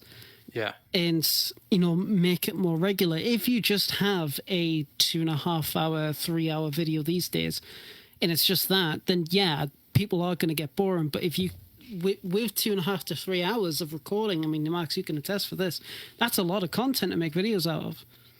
Especially if it's just constant. Well, I wouldn't say if it's just constant, but if it's just based on that one event, you can easily get something out of it, I'd imagine. You could get a video out of it, but you couldn't break it up. It would have to be one video because with video, when you do videos in series, you'll always see that your first video of a series will do really, really well. And then slowly over time, you're not either average out or they'll dip down. Yeah. So you need to, like, for a video like that, you need to make it long, but then as well, like, DayZ is a bit different. So you can upload a 30, 40-minute long video and it will get, 1 million views. Look at JLK, for example. But it's like, when you're sitting around with a battle royale like this, like when you're sitting around and you have to wait 20 minutes for everybody to get into the lobby, and then you have to, wait another couple of minutes for the game to start, and then you get into the game and you slowly loot up, and it's just, if we had a smaller map for Keegan's BR, I think it would work better. Yeah. And if there was a spectate system, which I know he had been working on the last time I heard, forward when you died, then you could spectate or whatever, that would be cool. But I think it's just a problem, like the Running Mans and whoever else, like Smoke, whatever, wouldn't do. Have you actually watched the Survivor Games, Marks? No. Okay. It's awesome. So pretty much what you're talking about is irrelevant, to be blunt. They don't actually use the entire map.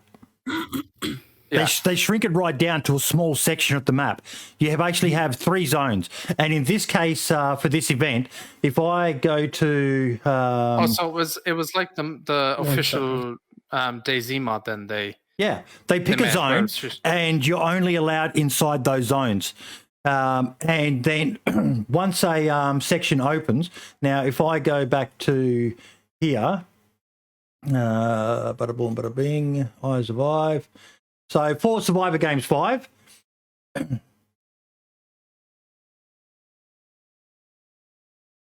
oh God, I hate it when fucking everything's on.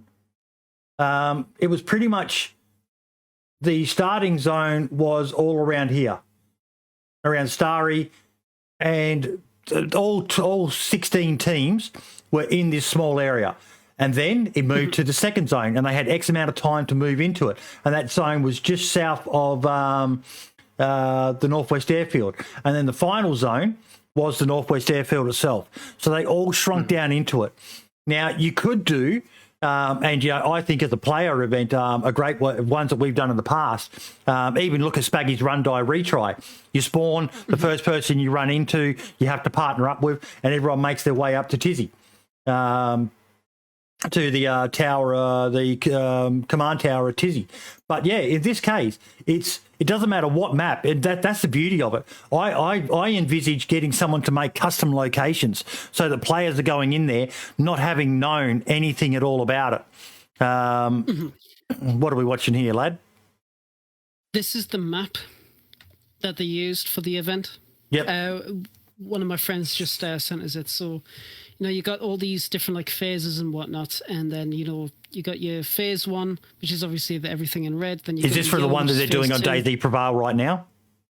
I believe so. Yep. Yes, and then you got your final bit, which is the dam in the final phase, which is really, really good. You got your spawn point there, you got your military bases here, there, and everywhere and whatnot, which is really good. So the way that they've got it here, from what I can see, it's a really, really good system. And it probably would work really well on a map, obviously, like Chernarus, simply because it's familiar and whatnot. And, when you got it in this kind of context, it's a good way to do it. I remember when they brought these Survivor games to DayZ Standalone, like properly, where you could actually download it and play it. That thing And was then rough. They got rid of that as soon as it It was terrible. That was really bad. Interestingly, and we still haven't got an answer, but the button is still on the official fucking launcher. Yeah. So maybe they're not completely done with it. But yeah, I just think I believe they did say that they were going to bring it back sometime in the future, but it's not a priority anymore. I would just love to see the community come together, put something on for the community of content creators, put something on for the community, for some cross-pollination. Could you imagine an event where you've got the Running Man teamed up with, I don't know, let's say Smoke. You've got Sarah Moore teamed up with Lax Hawthorne. Oh my God, could you imagine how funny that would be? All of these big name people. Now, if you go and watch the actual Survivor games, yes, there were people like Sacriel and Anthony Kongpan who played it to win. But there were others who, yes, they would have liked to have won, but some of the funniest shit happened in those Mr. Moon and Ciao fucking trash talking people. I think Kiwo ended up teaming up with Dimitri in one of them. I can't remember. It's just, it's not an event where we're crowning the best person ever. It's just an event to promote DayZ, promote what makes DayZ unique. And I worry if we try to condense it down to too short of an event, then we're coming up against the likes of PUBG. We're coming up against the likes of CSGO, games that are far superior as a pure PvP spectacle. This isn't so much a PvP spectacle. This is a DayZ spectacle. What makes DayZ unique? What makes DayZ so different to all these other games? And that's what I would love to see. Just get some of these big name people a bit outside their comfort zone. Maybe even link up the likes of the Running Man with a Sarah Moore, just for the shits and the giggles, for the laughs. Who cares who wins? Maybe let the community vote on fucking who teams up with who. We pick out and have qualifiers so that little no names can end up playing. That's the way they used to do it. There was a certain amount of spots went to the elite, the kings of the game. You've got to have those big names there to draw the viewers in.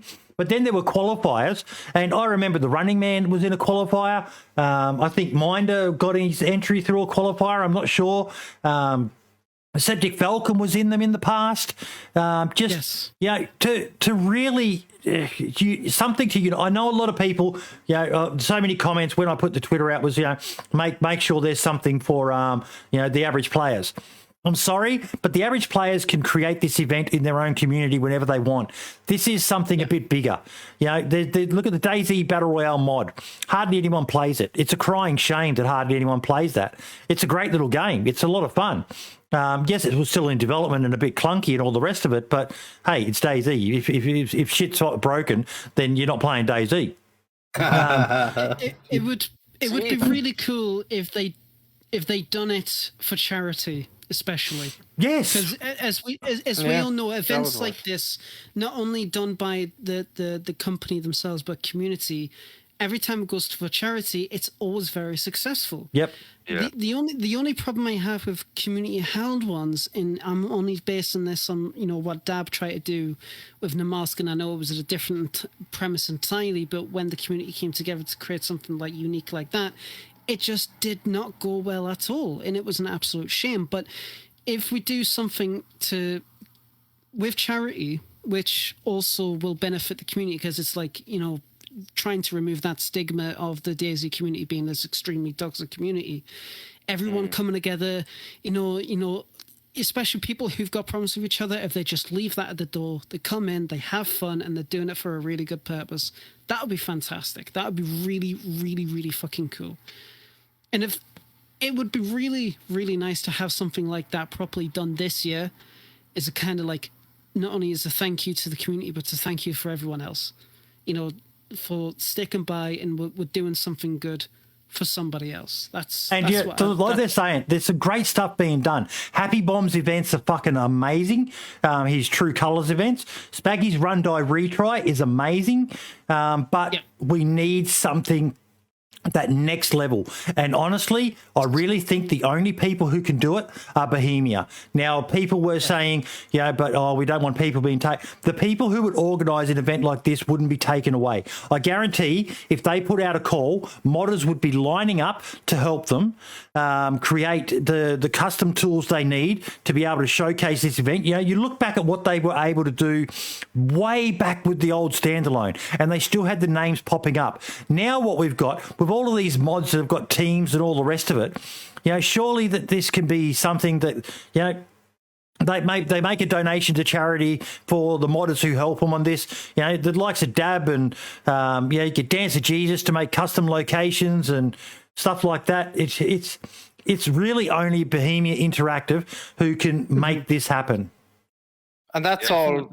That all, is, it would be cool to see. It'd be great to see. It'd be fun to take part in if they did do it, but we all know Bohemia won't do that. It won't happen. They won't even open that email. It won't even happen. Like, Buddy, did you reach out to anyone at DayZ to see if they'd be interested in doing this? Like, did you DM anyone? I have in the past, and I didn't get a great response. So that's kind of why I'm harping on it again. I know, we have all these ideas and we'd love to see it and all this, but in reality, Bohemia's not going to do it. And if it's why won't they touch it? Why won't they touch it? That's the question, ClickDaddy. Surely it's in their best interest. They get a high-profile event with 70,000 people watching on Twitch and God knows how many on YouTube. Yeah. Surely that's got to be great for sales for their game. I don't understand why they won't touch it. Because they've got to have permission from the people that don't care for investment. And the second they need to invest money into a game they've already shelled out millions for, they don't care. They're just blood. They simply cannot afford to do anything like that other than development on the game. And but you gotta... Sorry, go ahead. It'd be amazing, though, if they did, raise enough money for the year from sales and then put on something for the community. I completely agree, that'd be amazing. But the second you bring up charity to a company like that, slam the doors straight in your face, because they don't make enough money from DayZ in total to run it that way. I'll say this to Bohemia's credit. They are good when it comes to charity. They've done several, or a couple that I can think of. In particular, there seems to be a hospital near their head office that they've raised funds for several times. Has that been like in-house though? Like they took that upon themselves, or they had a suggestion from players? No, I think it was something to do with an Arma 2 DLC or something, wasn't it? Right. Where they donated money to... I know they done an Arma 3 content update. Yeah, they done and the one. proceeds of that went to veterans. I'm not too sure exactly. It's around Christmas time, wasn't there, or something that happened? Yeah. I do remember something like that happening, but They are good with it. It's just you got to pitch it right. I think Professionally. You can't just be like, oh yeah, we want to do this help. You've got to. And this comes back to we need some of the big boys to get together and be behind this push. You know, if they've got the likes of the Running Man, Smoke, Lax Hawthorne, all going to them as a united team and saying, we would like to do something with this, they're going to pay more attention to those guys who collectively have, close to 10,000 people watching them on Twitch than they are to a show that has half a dozen to, a couple of dozen people watching. See, I thing is though, out of curiosity, did any of those, like, did the Running Man's comment on it or anything, or say he'd be? No. See, I don't think they're interested, because I don't think they're from. I'm kind of seeing this as a viewer's or as a creator's perspective. I think they look at it in a way as I don't think their audience would enjoy it. Oh, they would. I guarantee they would love it. I don't know, because I think like they just want more of the survival stuff, and if they wanted to go play some type of battle royale event like that, they just maybe I'm looking at this with rose-colored glasses, but I remember watching Survivor Games live, and it was the most amazing experience I've ever. One of my top 5 moments of DayZ history, all up. It's fucking. It was amazing. I mean, sorry, go on. No, go. It's one of those wants that you're just gonna have to keep chipping away at. Like you have to keep banging on that door if you want this to happen. Yep. It's not a question of everybody getting together and coming up with ideas and pitching it to Bohemia. This is something that you're gonna have to annoy them with for a long time for them to go right. Partly why I'm bringing it up again. Yeah, they ain't gonna stop. Let's give it to them. That's what you have to do. And the way that I see it as well.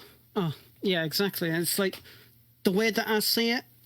If Bohemia Interactive eventually say, "Look, we're not doing it. We're not interested," then just let the community do it themselves. If the Spanish community can create this massive event of their own backs, why can't the rest of us do it? Yeah. And I mean, you can also consider, like, as you were saying, Max, like viewers might not enjoy it. I'm sorry, but having like the bigger names in the community, especially ones that have got problems with each other, all doing the same event, would be fantastic to see. Imagine the shit talking. Just imagine you're doing the event. You've got the Running Mans against Minder, in phase 2 in the final phase, and it's just like, okay, which one's actually going to win? And it's like, you just got to make sure that you have the time right, and you prepare it right, and you've got everything set up to get everything properly done. Mm-hmm.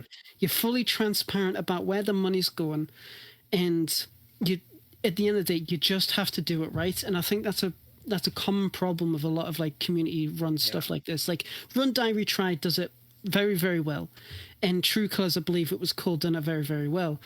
But to have something on a grand scale at least once a year for everybody to just come in, leave their problems at the door, just have a good laugh and do something really kind for somebody else, what's to lose? You might lose a couple of 100 viewers because they don't like the message or whatever. I'm sorry, but if they're not dedicated viewers to me. It's like when people leave communities or like modded servers and that because they won't add a feature they like. they don't have the community and the server's interests in mind. They just want something for themselves. I think as well when it's what was I going to say? I think, fuck, what was I going to say? Oh, I really can't. Well, I'll come back to it because let me think of it. But Buddy, you were saying as well, like how well the previous games are ran by Bohemia and stuff like that. You got to remember, I think. No, see, that's it. They weren't run by Bohemia. You said they were. No, Bohemia own it now. These were run by a motley crew of Brian Hicks, Soma, Lou, and a bunch of other OG DayZ people. It was still devs, though, right? They weren't at the time. No, they weren't at the time, no. Okay, right. You confused me there by saying it was. Yeah, Sorry if I said that. That's not the case, yeah. My point being, I don't think, just again, I don't think Running Man's or any of these big creators will group up together because they're all butting heads at the moment. Yeah. I don't think they like each other. And if they were really interested in it and they were hyped up about it, they would have done it already. I think a few of them would, but the majority of them wouldn't. Yeah, I think Running Man would be on board with it, but it'd be who else would be on board with it? Yeah, that would I would sway imagine the choice. Like Lax and Smoke would be interested in doing something like that. Yeah, I completely agree. So. I think I just think they don't care, and if I think they've seen the ones in the past, and if they were in them, they enjoyed them, and they're going to kind of leave it at that, and they just when you watch a TV series and it ends, and you said there could have been 10 more series of that, but you'll say it's better off leaving it when it was good instead of ruining it, and and continuing on with it. I think that's the way like the Running Mans and stuff like that. They've had their fun with it years ago, and I think now they're just like, okay, they want to leave that in the past, so they can go and watch it, and then they're happy out with it, and they're not really interested anymore. Lax used to run community servers like every community events every like 2 or 3 weeks. And they were so popular, like boxing events. Yes. There was like a 20-a-side sword fight with kilts, and it was just amazing. Diddy used to do it as well. Yeah, Diddy used to do it as well. Hunt Diddy as I ran him over once. It was so funny. And eventually, it just got to the point where it was so unwieldy. The mod team and the amount of people that would turn up, and it just became such an arduous task for him. And you could see it on stream, like. It got to the point where he wasn't enjoying it, and there's a limit, there's a line, and once you've been burned, you kind of lose that. Like, oh well, I don't know, community event. It's kind of like a grey area for partnered streamers because they've done that journey from affiliate to partner, and definitely been in some community events along the way, and you kind of have that look of it, like. We're going back to this again. Yeah, exactly. So you've already been around that racetrack so many times. You're not going to expect anything different. So it's very difficult to come up with an idea that they're all going to be like, you know what, that's actually a really good event idea. You never know. You never know. The next year or something, someone may come along who's just a really good communicator and just is able to rally these people. And I think maybe that's what you need. You need someone who's neutral. Who's not picking fights on Twitter and fucking around. They can just go, hey, how about it? And maybe get it together. I think at the moment it does seem a little bit far away. I think Taupe Rec could probably put on a really good event. I mean, yeah, it would be something to happen way down the line if it does ever come into fruition. Yeah. But, I just think that I wouldn't say we need something like this, but it would just be a really, really, really nice gesture for the community and for whatever like charity or whatever that it is for. It'd be good if Bohemia provided an official server that people can use for community events. You book it for a month and like have help from developers. That's a good idea. Yeah, I think that would be a really good way of doing it. I saw a server once that had a year-long event. It just had a leaderboard, and it was like who survived the longest, who's collected the most. All the things that people love about DayZ and who does it the best. And they've all got these leaderboards, and you turn up at traders, and you hear people chatting shit to each other about it. It's great. I like those sorts of things when it comes to Yeah. events. Longevity. Oh yeah, too right. I think the problem with Bohemia, especially the DayZ development team getting involved in such a thing, is they're such a small team. In literally, I would imagine all of their man hours is going on towards the next patch. I don't think they would be able to invest time into helping to organize an event. Yep. That would probably have to be something for like their community managers, what's his name? I Scotty? forget. Yeah, for Scotty to kind of like help sort out. But honestly, I think we should just leave Bohemia out of the mix and just let the community do it. Community. Yep. Because it's like, yeah, sure, it'd be really cool if Bohemia Interactive would do something like that. But it would be even better if the community just came up together and be like, look, let's just do it ourselves. Why not? What's to lose? It's advertising it and coverage, isn't it? It's getting the word out that's the most difficult part, especially if you're not a partnered streamer. So yeah, Yeah. I think if there was hype around this stuff, you know, sometimes where DayZ right now might be in its low peak, and then in November it might explode again, might break over 40,000 viewers or players or whatever. It has up and down cycles. I think it's like that way with the DayZ Battle Royale stuff, because we've had the Survivor Games official one. That sometimes it was even hard to get servers full with enough players on them to start games. And we've Keegan's Battle Royale mod as well. And if the hype was there, the Keegan's mod would be full. And it would be full constantly. I just don't think the hype is there. But there is down the road, could be months, could be years, could be next week, it could all explode again, and everybody will be wanting to play some type of Battle Royale DayZ style. You don't know what's going to happen. It could happen. It might never happen again. But I think once you plant the seed, then it'll sprout. When it comes to that kind of idea. It's also where you plant that seed, if you ask me. Yes. Say, for example, this new desert map that's coming up. If we all got together and made it an event now, we'd have the first event on this desert map. All the people would want to come and join us. So there's definitely a point of where and when you put the event is a big only thing with that desert map. It's how it runs yet. It's limited to one server, like on one community server. It's just an example. Yeah, I know. Yeah. Like it would be cool to do something on that map. That would be 100%. I'm looking forward to all the different clothing that modders are going to get inspiration from playing that server. Yeah. Ghillie suits are going to look awesome. Wraps on guns are going to look awesome. The whole face mask. I don't know what you call them. The Shimag. They're going to look so cool in that server. Oh yes. That's why I like modded, because I like the whole. You can pick up the frame of the game and be like, right, we can tailor make it to a desert map, for example. I love that. That's cool as fuck. Do we know when that's coming out, by the way? Anyone? There's no really say. He said weeks, not months. Okay. Wasn't he just quoted? Weeks, not months. So that's all. That's good.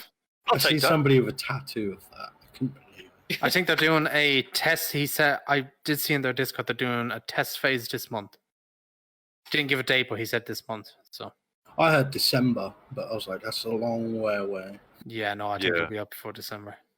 Awesome. Looking forward to it. I Really am, looking forward to it. Yeah. From what I saw of that trailer, I'm looking forward to that new map that you guys showed me today. I forgot what it's called already. Banov, yeah. That city, I want to go and check it out. It's so bad. Yeah, for sure. Okay, last topic before we get into the highlights. A bit of an update on Namalsk. I'll share my screen again so you guys can see. So he's actually taking some of the servers down. Sadly, there's going to be no Asia Pacific server anymore. Sydney, Singapore, just going to be down to 4 servers for the official Namalsk servers. But did you guys see the he's taking those servers away? Probably just popularity. Yeah. Right. Okay. Yeah. Just knowing on him. And he's paying for these himself as well. This isn't Bohemia paying for him, so yeah. Did anyone pick up on the little Easter egg he popped into here? Lantia. What the hell is Lantia? I had no idea. Lantia is the location that is on the other side of the anomaly. Mm-hmm. Something about a moon. Yes. So from what I remember rightly, so Lantia is basically the result of the experiments that was done in Namalsk. There was a team that was on the other side of the anomaly, and doing investigations, doing research and whatnot. Then when the nuclear missile was launched and it hit that location, A1, back in the mod, the Lantians took that as a form of aggression. And as such, they made the whole anomaly unstable, and they released, I can't remember if it was a toxin or some kind of virus. That is the reason why the whole world is infected. It was a gas. This is an alternate lore for how the infection. Alternate lore for what's going on. Yes, and what alternate? So I've known this lore a long time.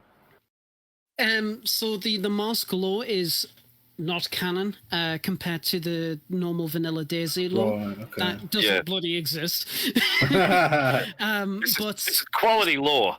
Quality lore. But Lantia, because there's quite a few little bits and bobs in the documents that are in Namalsk about what Lantia looks like and its atmosphere and shit like that.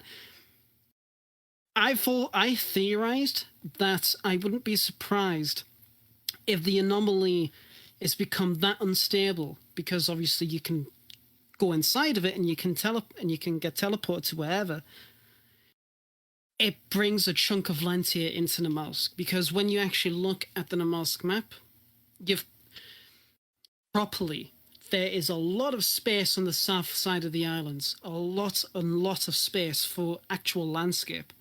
So it would be really interesting if it turns out that there's this massive event, it brings a piece of Lantia into the map, and you can actually go to it, and it's got all of this like weird landscape and stuff like that. But I don't know. I absolutely love what's going on with it. Yeah. I do need to refresh my knowledge by looking at what Asmund has actually posted on the Reddit, and I have to look at the documents again. See, this is an aspect of DayZ I absolutely adore. The framework of like being able to create lore for your players to go along and collect and work on. That's amazing. Yes, man. Yes. It's absolutely amazing. More of that, please, modders. More of that. Yeah. Lots more of that. Yeah. I mean, Agree. when I say I never played Namalsk in the mod. In fact, I never played mod at all. So when I heard that, the Namalsk was actually becoming a thing, I was very interested in it, and I was partaking in events where you'd have like every week there was something new with the lore that would lead to the launch of it, and I took part in it, and I met some Rack, talked to him. He's so nice, follows us on Twitter and everything like that. So I was like, fucking nice, get in there, son. And ever since then, I've been hooked on Namalsk. I love playing on Namalsk servers. Everything about it is so unique. So with this new update, I'm going to be fucking there day one, Sonny Jim. I am there like flies on shit. I'm just fucking there. So I haven't played Namalsk since its last major update, which was when they got the new Athena 2? Athena 3. Athena 3, sorry. And that came in, and then I actually haven't been there. I still don't even know how to fully get there, but I haven't been there yet. I haven't been there since then, and I think I'm not going to go there until he releases this, which, if I were to guess, end of the year update. Maybe. I would assume so. The fact that he's teasing it now must mean that it's getting close. So it'll be another winter release, and then that's when you'll see DayZ will skyrocket again in players. Oh god, yes. Yeah. Like it's the process to actually get to Athena 3 is it's a bit arduous. Don't tell me. Yeah, I've heard. I don't know. Yeah, don't. No spoilers. No spoilers. I've only just done the bunker. I have. Yeah, same. Right, Same. okay, fair dues. I'll keep it mum then. But yeah, so it's So busy back end of the year for maps and oh god, yes. stuff. Hopefully, anyway. Awesome. I'm looking It's forward to exciting. Lingor when they decide to make that as well. Lingor was amazing. I never Lingor. played the original. Yeah, I Lingor remember. Island, yeah. No, it's missed that one. It's Arma 2, wasn't it? yes, Arma 2 map, yeah. Lingor looked really good. Oh, I remember watching Frankie play this map. Yeah. Um, It would be cool if someone could make that. Things to I be want a excited city. for. I want a city map. yeah. Yeah, but look at the trouble that LtSkurge has even just with its city. It's my dream as well. A big city with custom assets built, sky rises and all the rest of it, but it's whether the game can handle it. Change the Yeah. engine, right in Unreal 4. Unreal 5. Yeah, Unreal 5, yeah. Well, the Unreal 5 would only be good for the landscaping, really, at the moment. Until there's more plugins made. I would love a fully underground bunker with a large bunker complex, completely pitch black. It's got a small landscape on the outside, so you've obviously got some sense of the world around it. But I would love that. I would love to do that.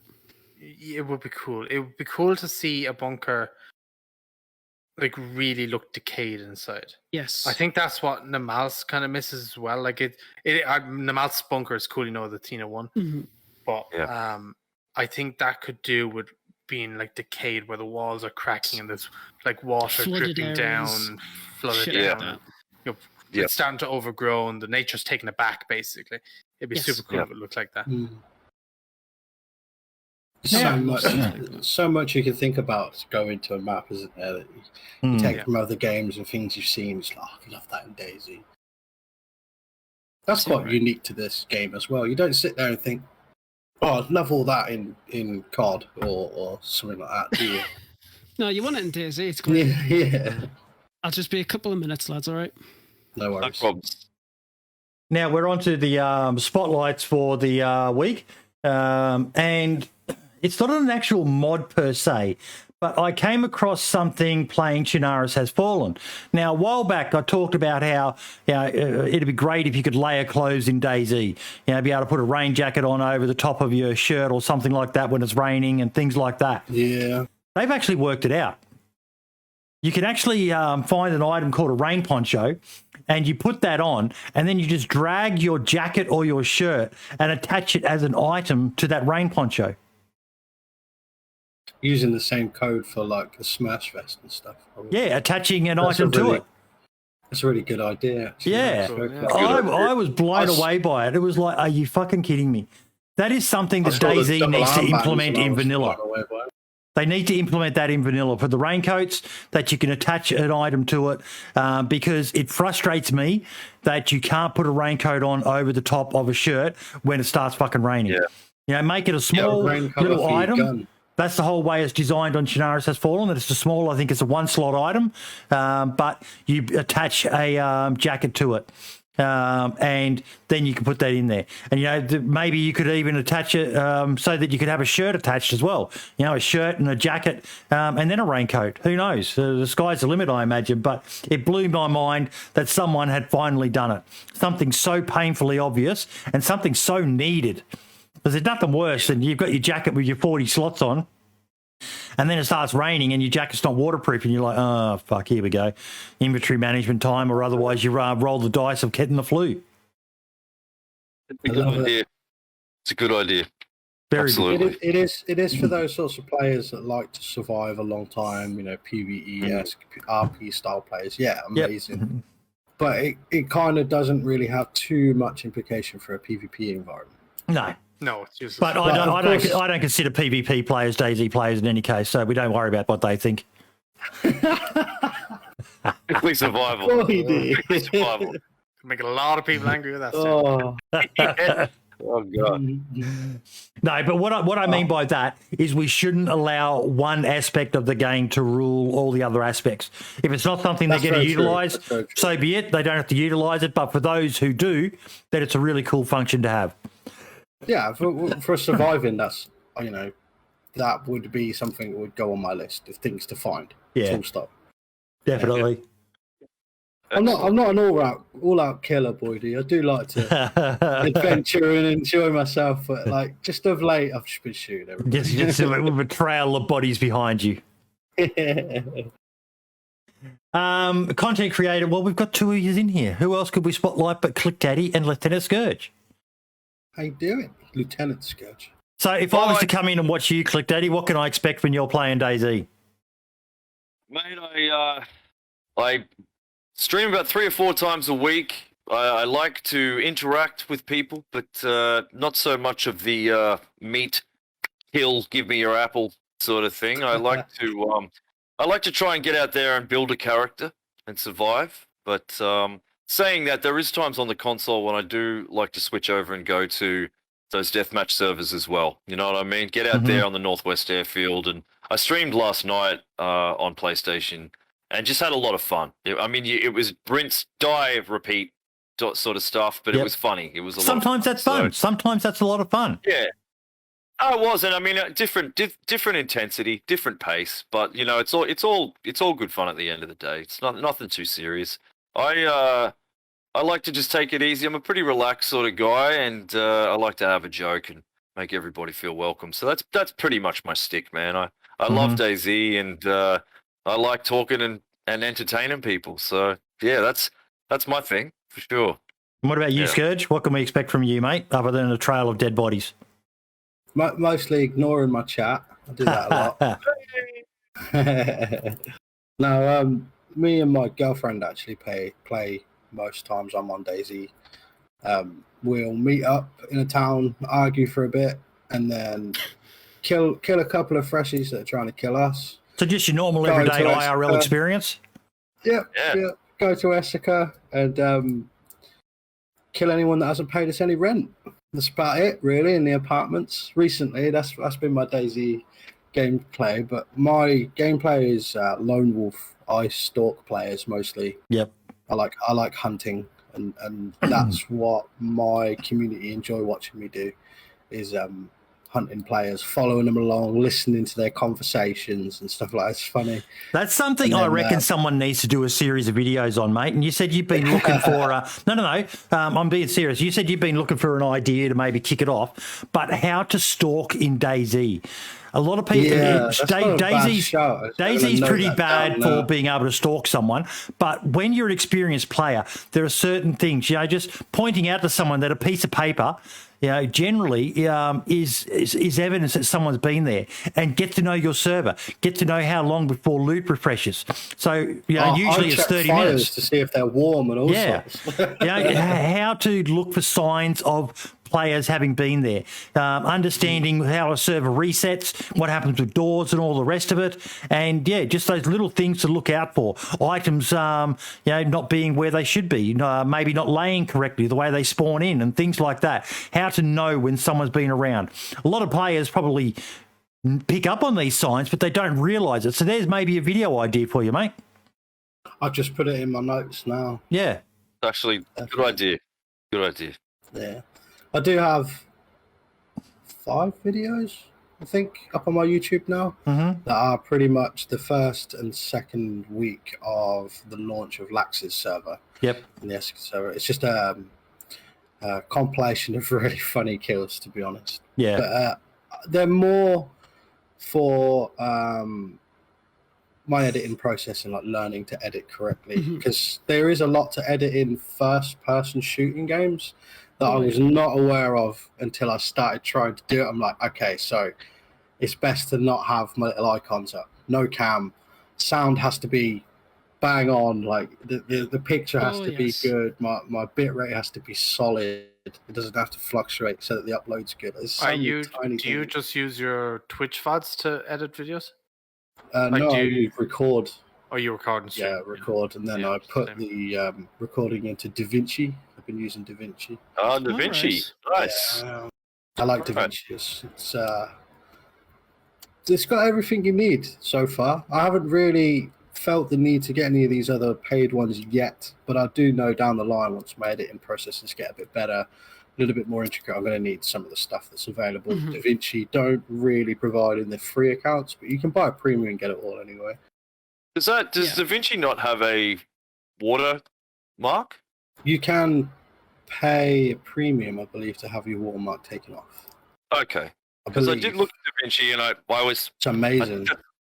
Yeah. Are you using a free version or paid version? Yeah, free version, yeah. Uploading in 4K. It's all right, man. Okay, I'll have to have another look at that. Yeah, I'll have to have another look. Yeah. All right. I enjoy it. It's relaxing. So I found it. I'm like 25 minutes into a video. I'm like, it doesn't need to be 25 minutes, Sketch. I'm like, I'm just doing it because I'm enjoying editing. The process. Yeah. I mean, I use Premiere Pro for You look very Premiere Pro. Yes. Yes. I am a Premiere Pro kind of guy. What can I say? But hey, it's quality stuff, man. Yeah. It's good software. But when it comes to DayZ, I haven't narrowed down the bitrate because every single time I make a video, it looks too 5,400. pixelated. 5,400. Yeah, I do everything I use 6,000, but I don't know if it's just the way that I render. It still looks like bad and pixelated. What are you rendering it? I use the constant bitrate preset. As max as I can. Well, not as max as I can go, but it's like 50, 60 setting or something like that. I can't remember. It's been a while since I used videos, but it just never comes out great. So I just stop bothering. Really. Plus, I've only got the one monitor, so I can't exactly record or stream anymore. So it's fucking annoying. I record and stream and everything on one monitor. I can't on two. I'm like, well, how do people do it? I'm like this. Like the fuck can keep up with everything. See, it's annoying, especially when you're trying to develop stuff, because it's like you're constantly alt-tabbing. It's like, for fuck's sake, I can't be asked to doing this kind of shit. I just wish I could go from one screen to the other, but one day. I prefer alt-tab to a fucked up neck, to be honest. I just do that. I just rotate the chair. That's what I do. No, I did. I stream with two monitors. I can't do it. I couldn't do without it. I couldn't do it either. Mate, I've got my missus converted to two monitors now. She works from home and she sits there with two monitors open now. But both her and my son, they were against it. I was like, you've got to get a second monitor. And once you get used to it, it's just getting over that hurdle. You cannot live without it. Streaming, I don't know how you stream without a second monitor, mate. I've got a laptop for my chat, but when it comes so to that's basically a second else, monitor. Just get yourself a second monitor. Yeah, but then you're dragging things around everywhere, and your games don't work properly, and this is bordered, and this is windowed, and this doesn't. I'm the fucking boomer here, Skurge. You're younger than me. You should be more savvy with this shit. I'm the boomer. If I can make it work, anyone can. I'm very old. Stick to your guns, man. Yeah, I will. I like the way I stream. I was thinking about selling my laptop and just getting a tablet for chat. That'd work for you. Yeah. Sure. Yeah. I've got to downgrade loads anyway because I'm going to be moving on to my boat full time, and I don't think I can have a big PC rig on the boat. I don't know. No. Well, I'm thinking about it. I've seen other people with it, and I'm like, I don't know. There's a lot of power needing to be generated, to be honest. I don't fancy sitting still. So. Now, we've got a community spotlight update, and it's something for in the Australia-New Zealand area, and that is two of the biggest servers here, DayZ Down Under and Stranded, have merged to create one community, and they're going to be doing one of those hive servers where they're going to have multiple maps where you can travel between them and that. I've been testing out their Livonia one. So I'm pretty excited for it. It's going to be exciting to see what they come up with. I think the Hive mod is going to be the future of a lot of communities out there. You'll see a lot of communities out there doing it. These extra maps connected to, and your character can travel between them, and some really novel ideas on how to implement the travel. And I'm looking forward to it. I can't wait to see it. Not the same map, I hope. No. So the two different servers have the two different maps. Yep, so they've can got a take Chernarus server and they're starting a that's Livonia server, and you'll be able to travel, but there's going to be loot that's unique to both servers. Like when I was on there, you can't find M4s, you can't find Western weapons on the Livonia map. The Livonia map's going to be pure Russian.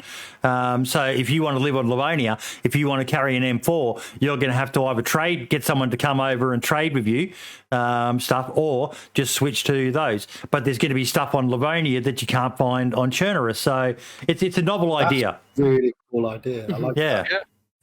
Imagine a door on one map can't be opened until you got a key from the other map, sort of thing. It'd be really cool. It's cool. Who came up with that? That's a very good idea. I'll let you tell that story, lad. What, the map transfer mod? Oh, Yeah. okay. No, not me. I'm not that good. He's our modding expert. Whenever any questions on mods, we defer to lad. So the map transfer mod was created by Damon Forge and Dumpgra. Damon Forge is kind of like the main person with it, and Dumpgra helping testing out and doing a whole bunch of different things with the mod. Basically, it's you remember how back in Alpha where servers would have a hive? So you could go. Yeah. So they use that kind of feature for the map transfer mod, and what they do is that they can link on a same machine, like a Daddy box, two servers together. So if you're on Chernarus, you loot up and do whatever you want to do, and then you go to, just as an example, a trading area or safe zone. You can then use the terminal there by using a ticket, or you just use it. It's highly configurable, so whatever server decides to do, they can use it that way. And you can use that terminal to go to any map that the server allows you to do. So if you want to go to Namalsk, there you go. You go to Namalsk, it boots you off the game, takes you to the main menu, and then transfers your character and everything that you've got onto you to that second map. And servers can also allow it. So if you die on that second map, you get kicked off that map and back to Chernarus. So you have to do the entire grind again. That's really cool. What is this server? I want to go on that. So there's a bunch of servers that use it. The Australian one is the DayZ Down Under server. It's not implemented yet. They're still testing and setting it up. But servers that do use it is New Dawn DayZ, The Hideout, and Spearhead. They use it. Those are the ones that I do know of that use it.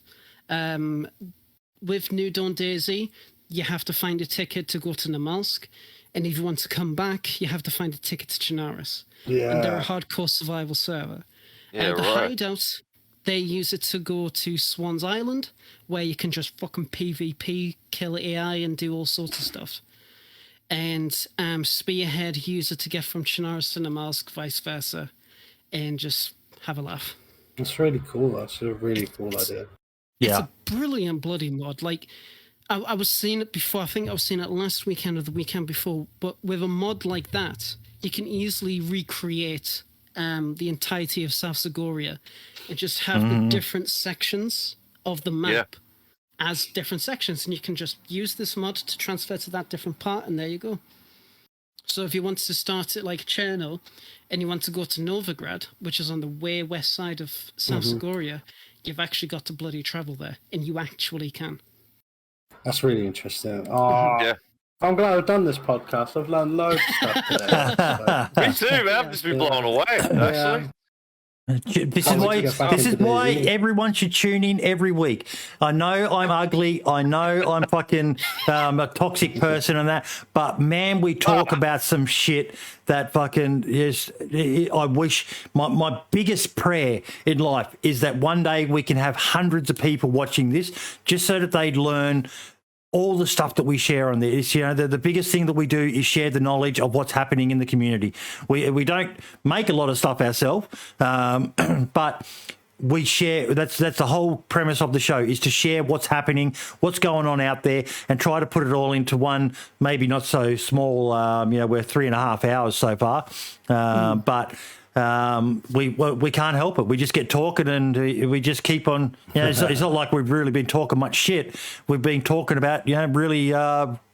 It constantly amazes me that every week we can still continue to talk about this dead game for so long. Exactly. It's been thank you guys for having me, first and foremost, Lad, Marks, and Boydie. Really appreciate the invite, man, and nice to meet you too, Skurge. I'm sure we may see each other out there somewhere. Definitely. Don't kill me. Don't worry. Don't kill me, buddy. The rest of the week, I'm going to try and talk to everybody just to help Boydie's opinion of me change.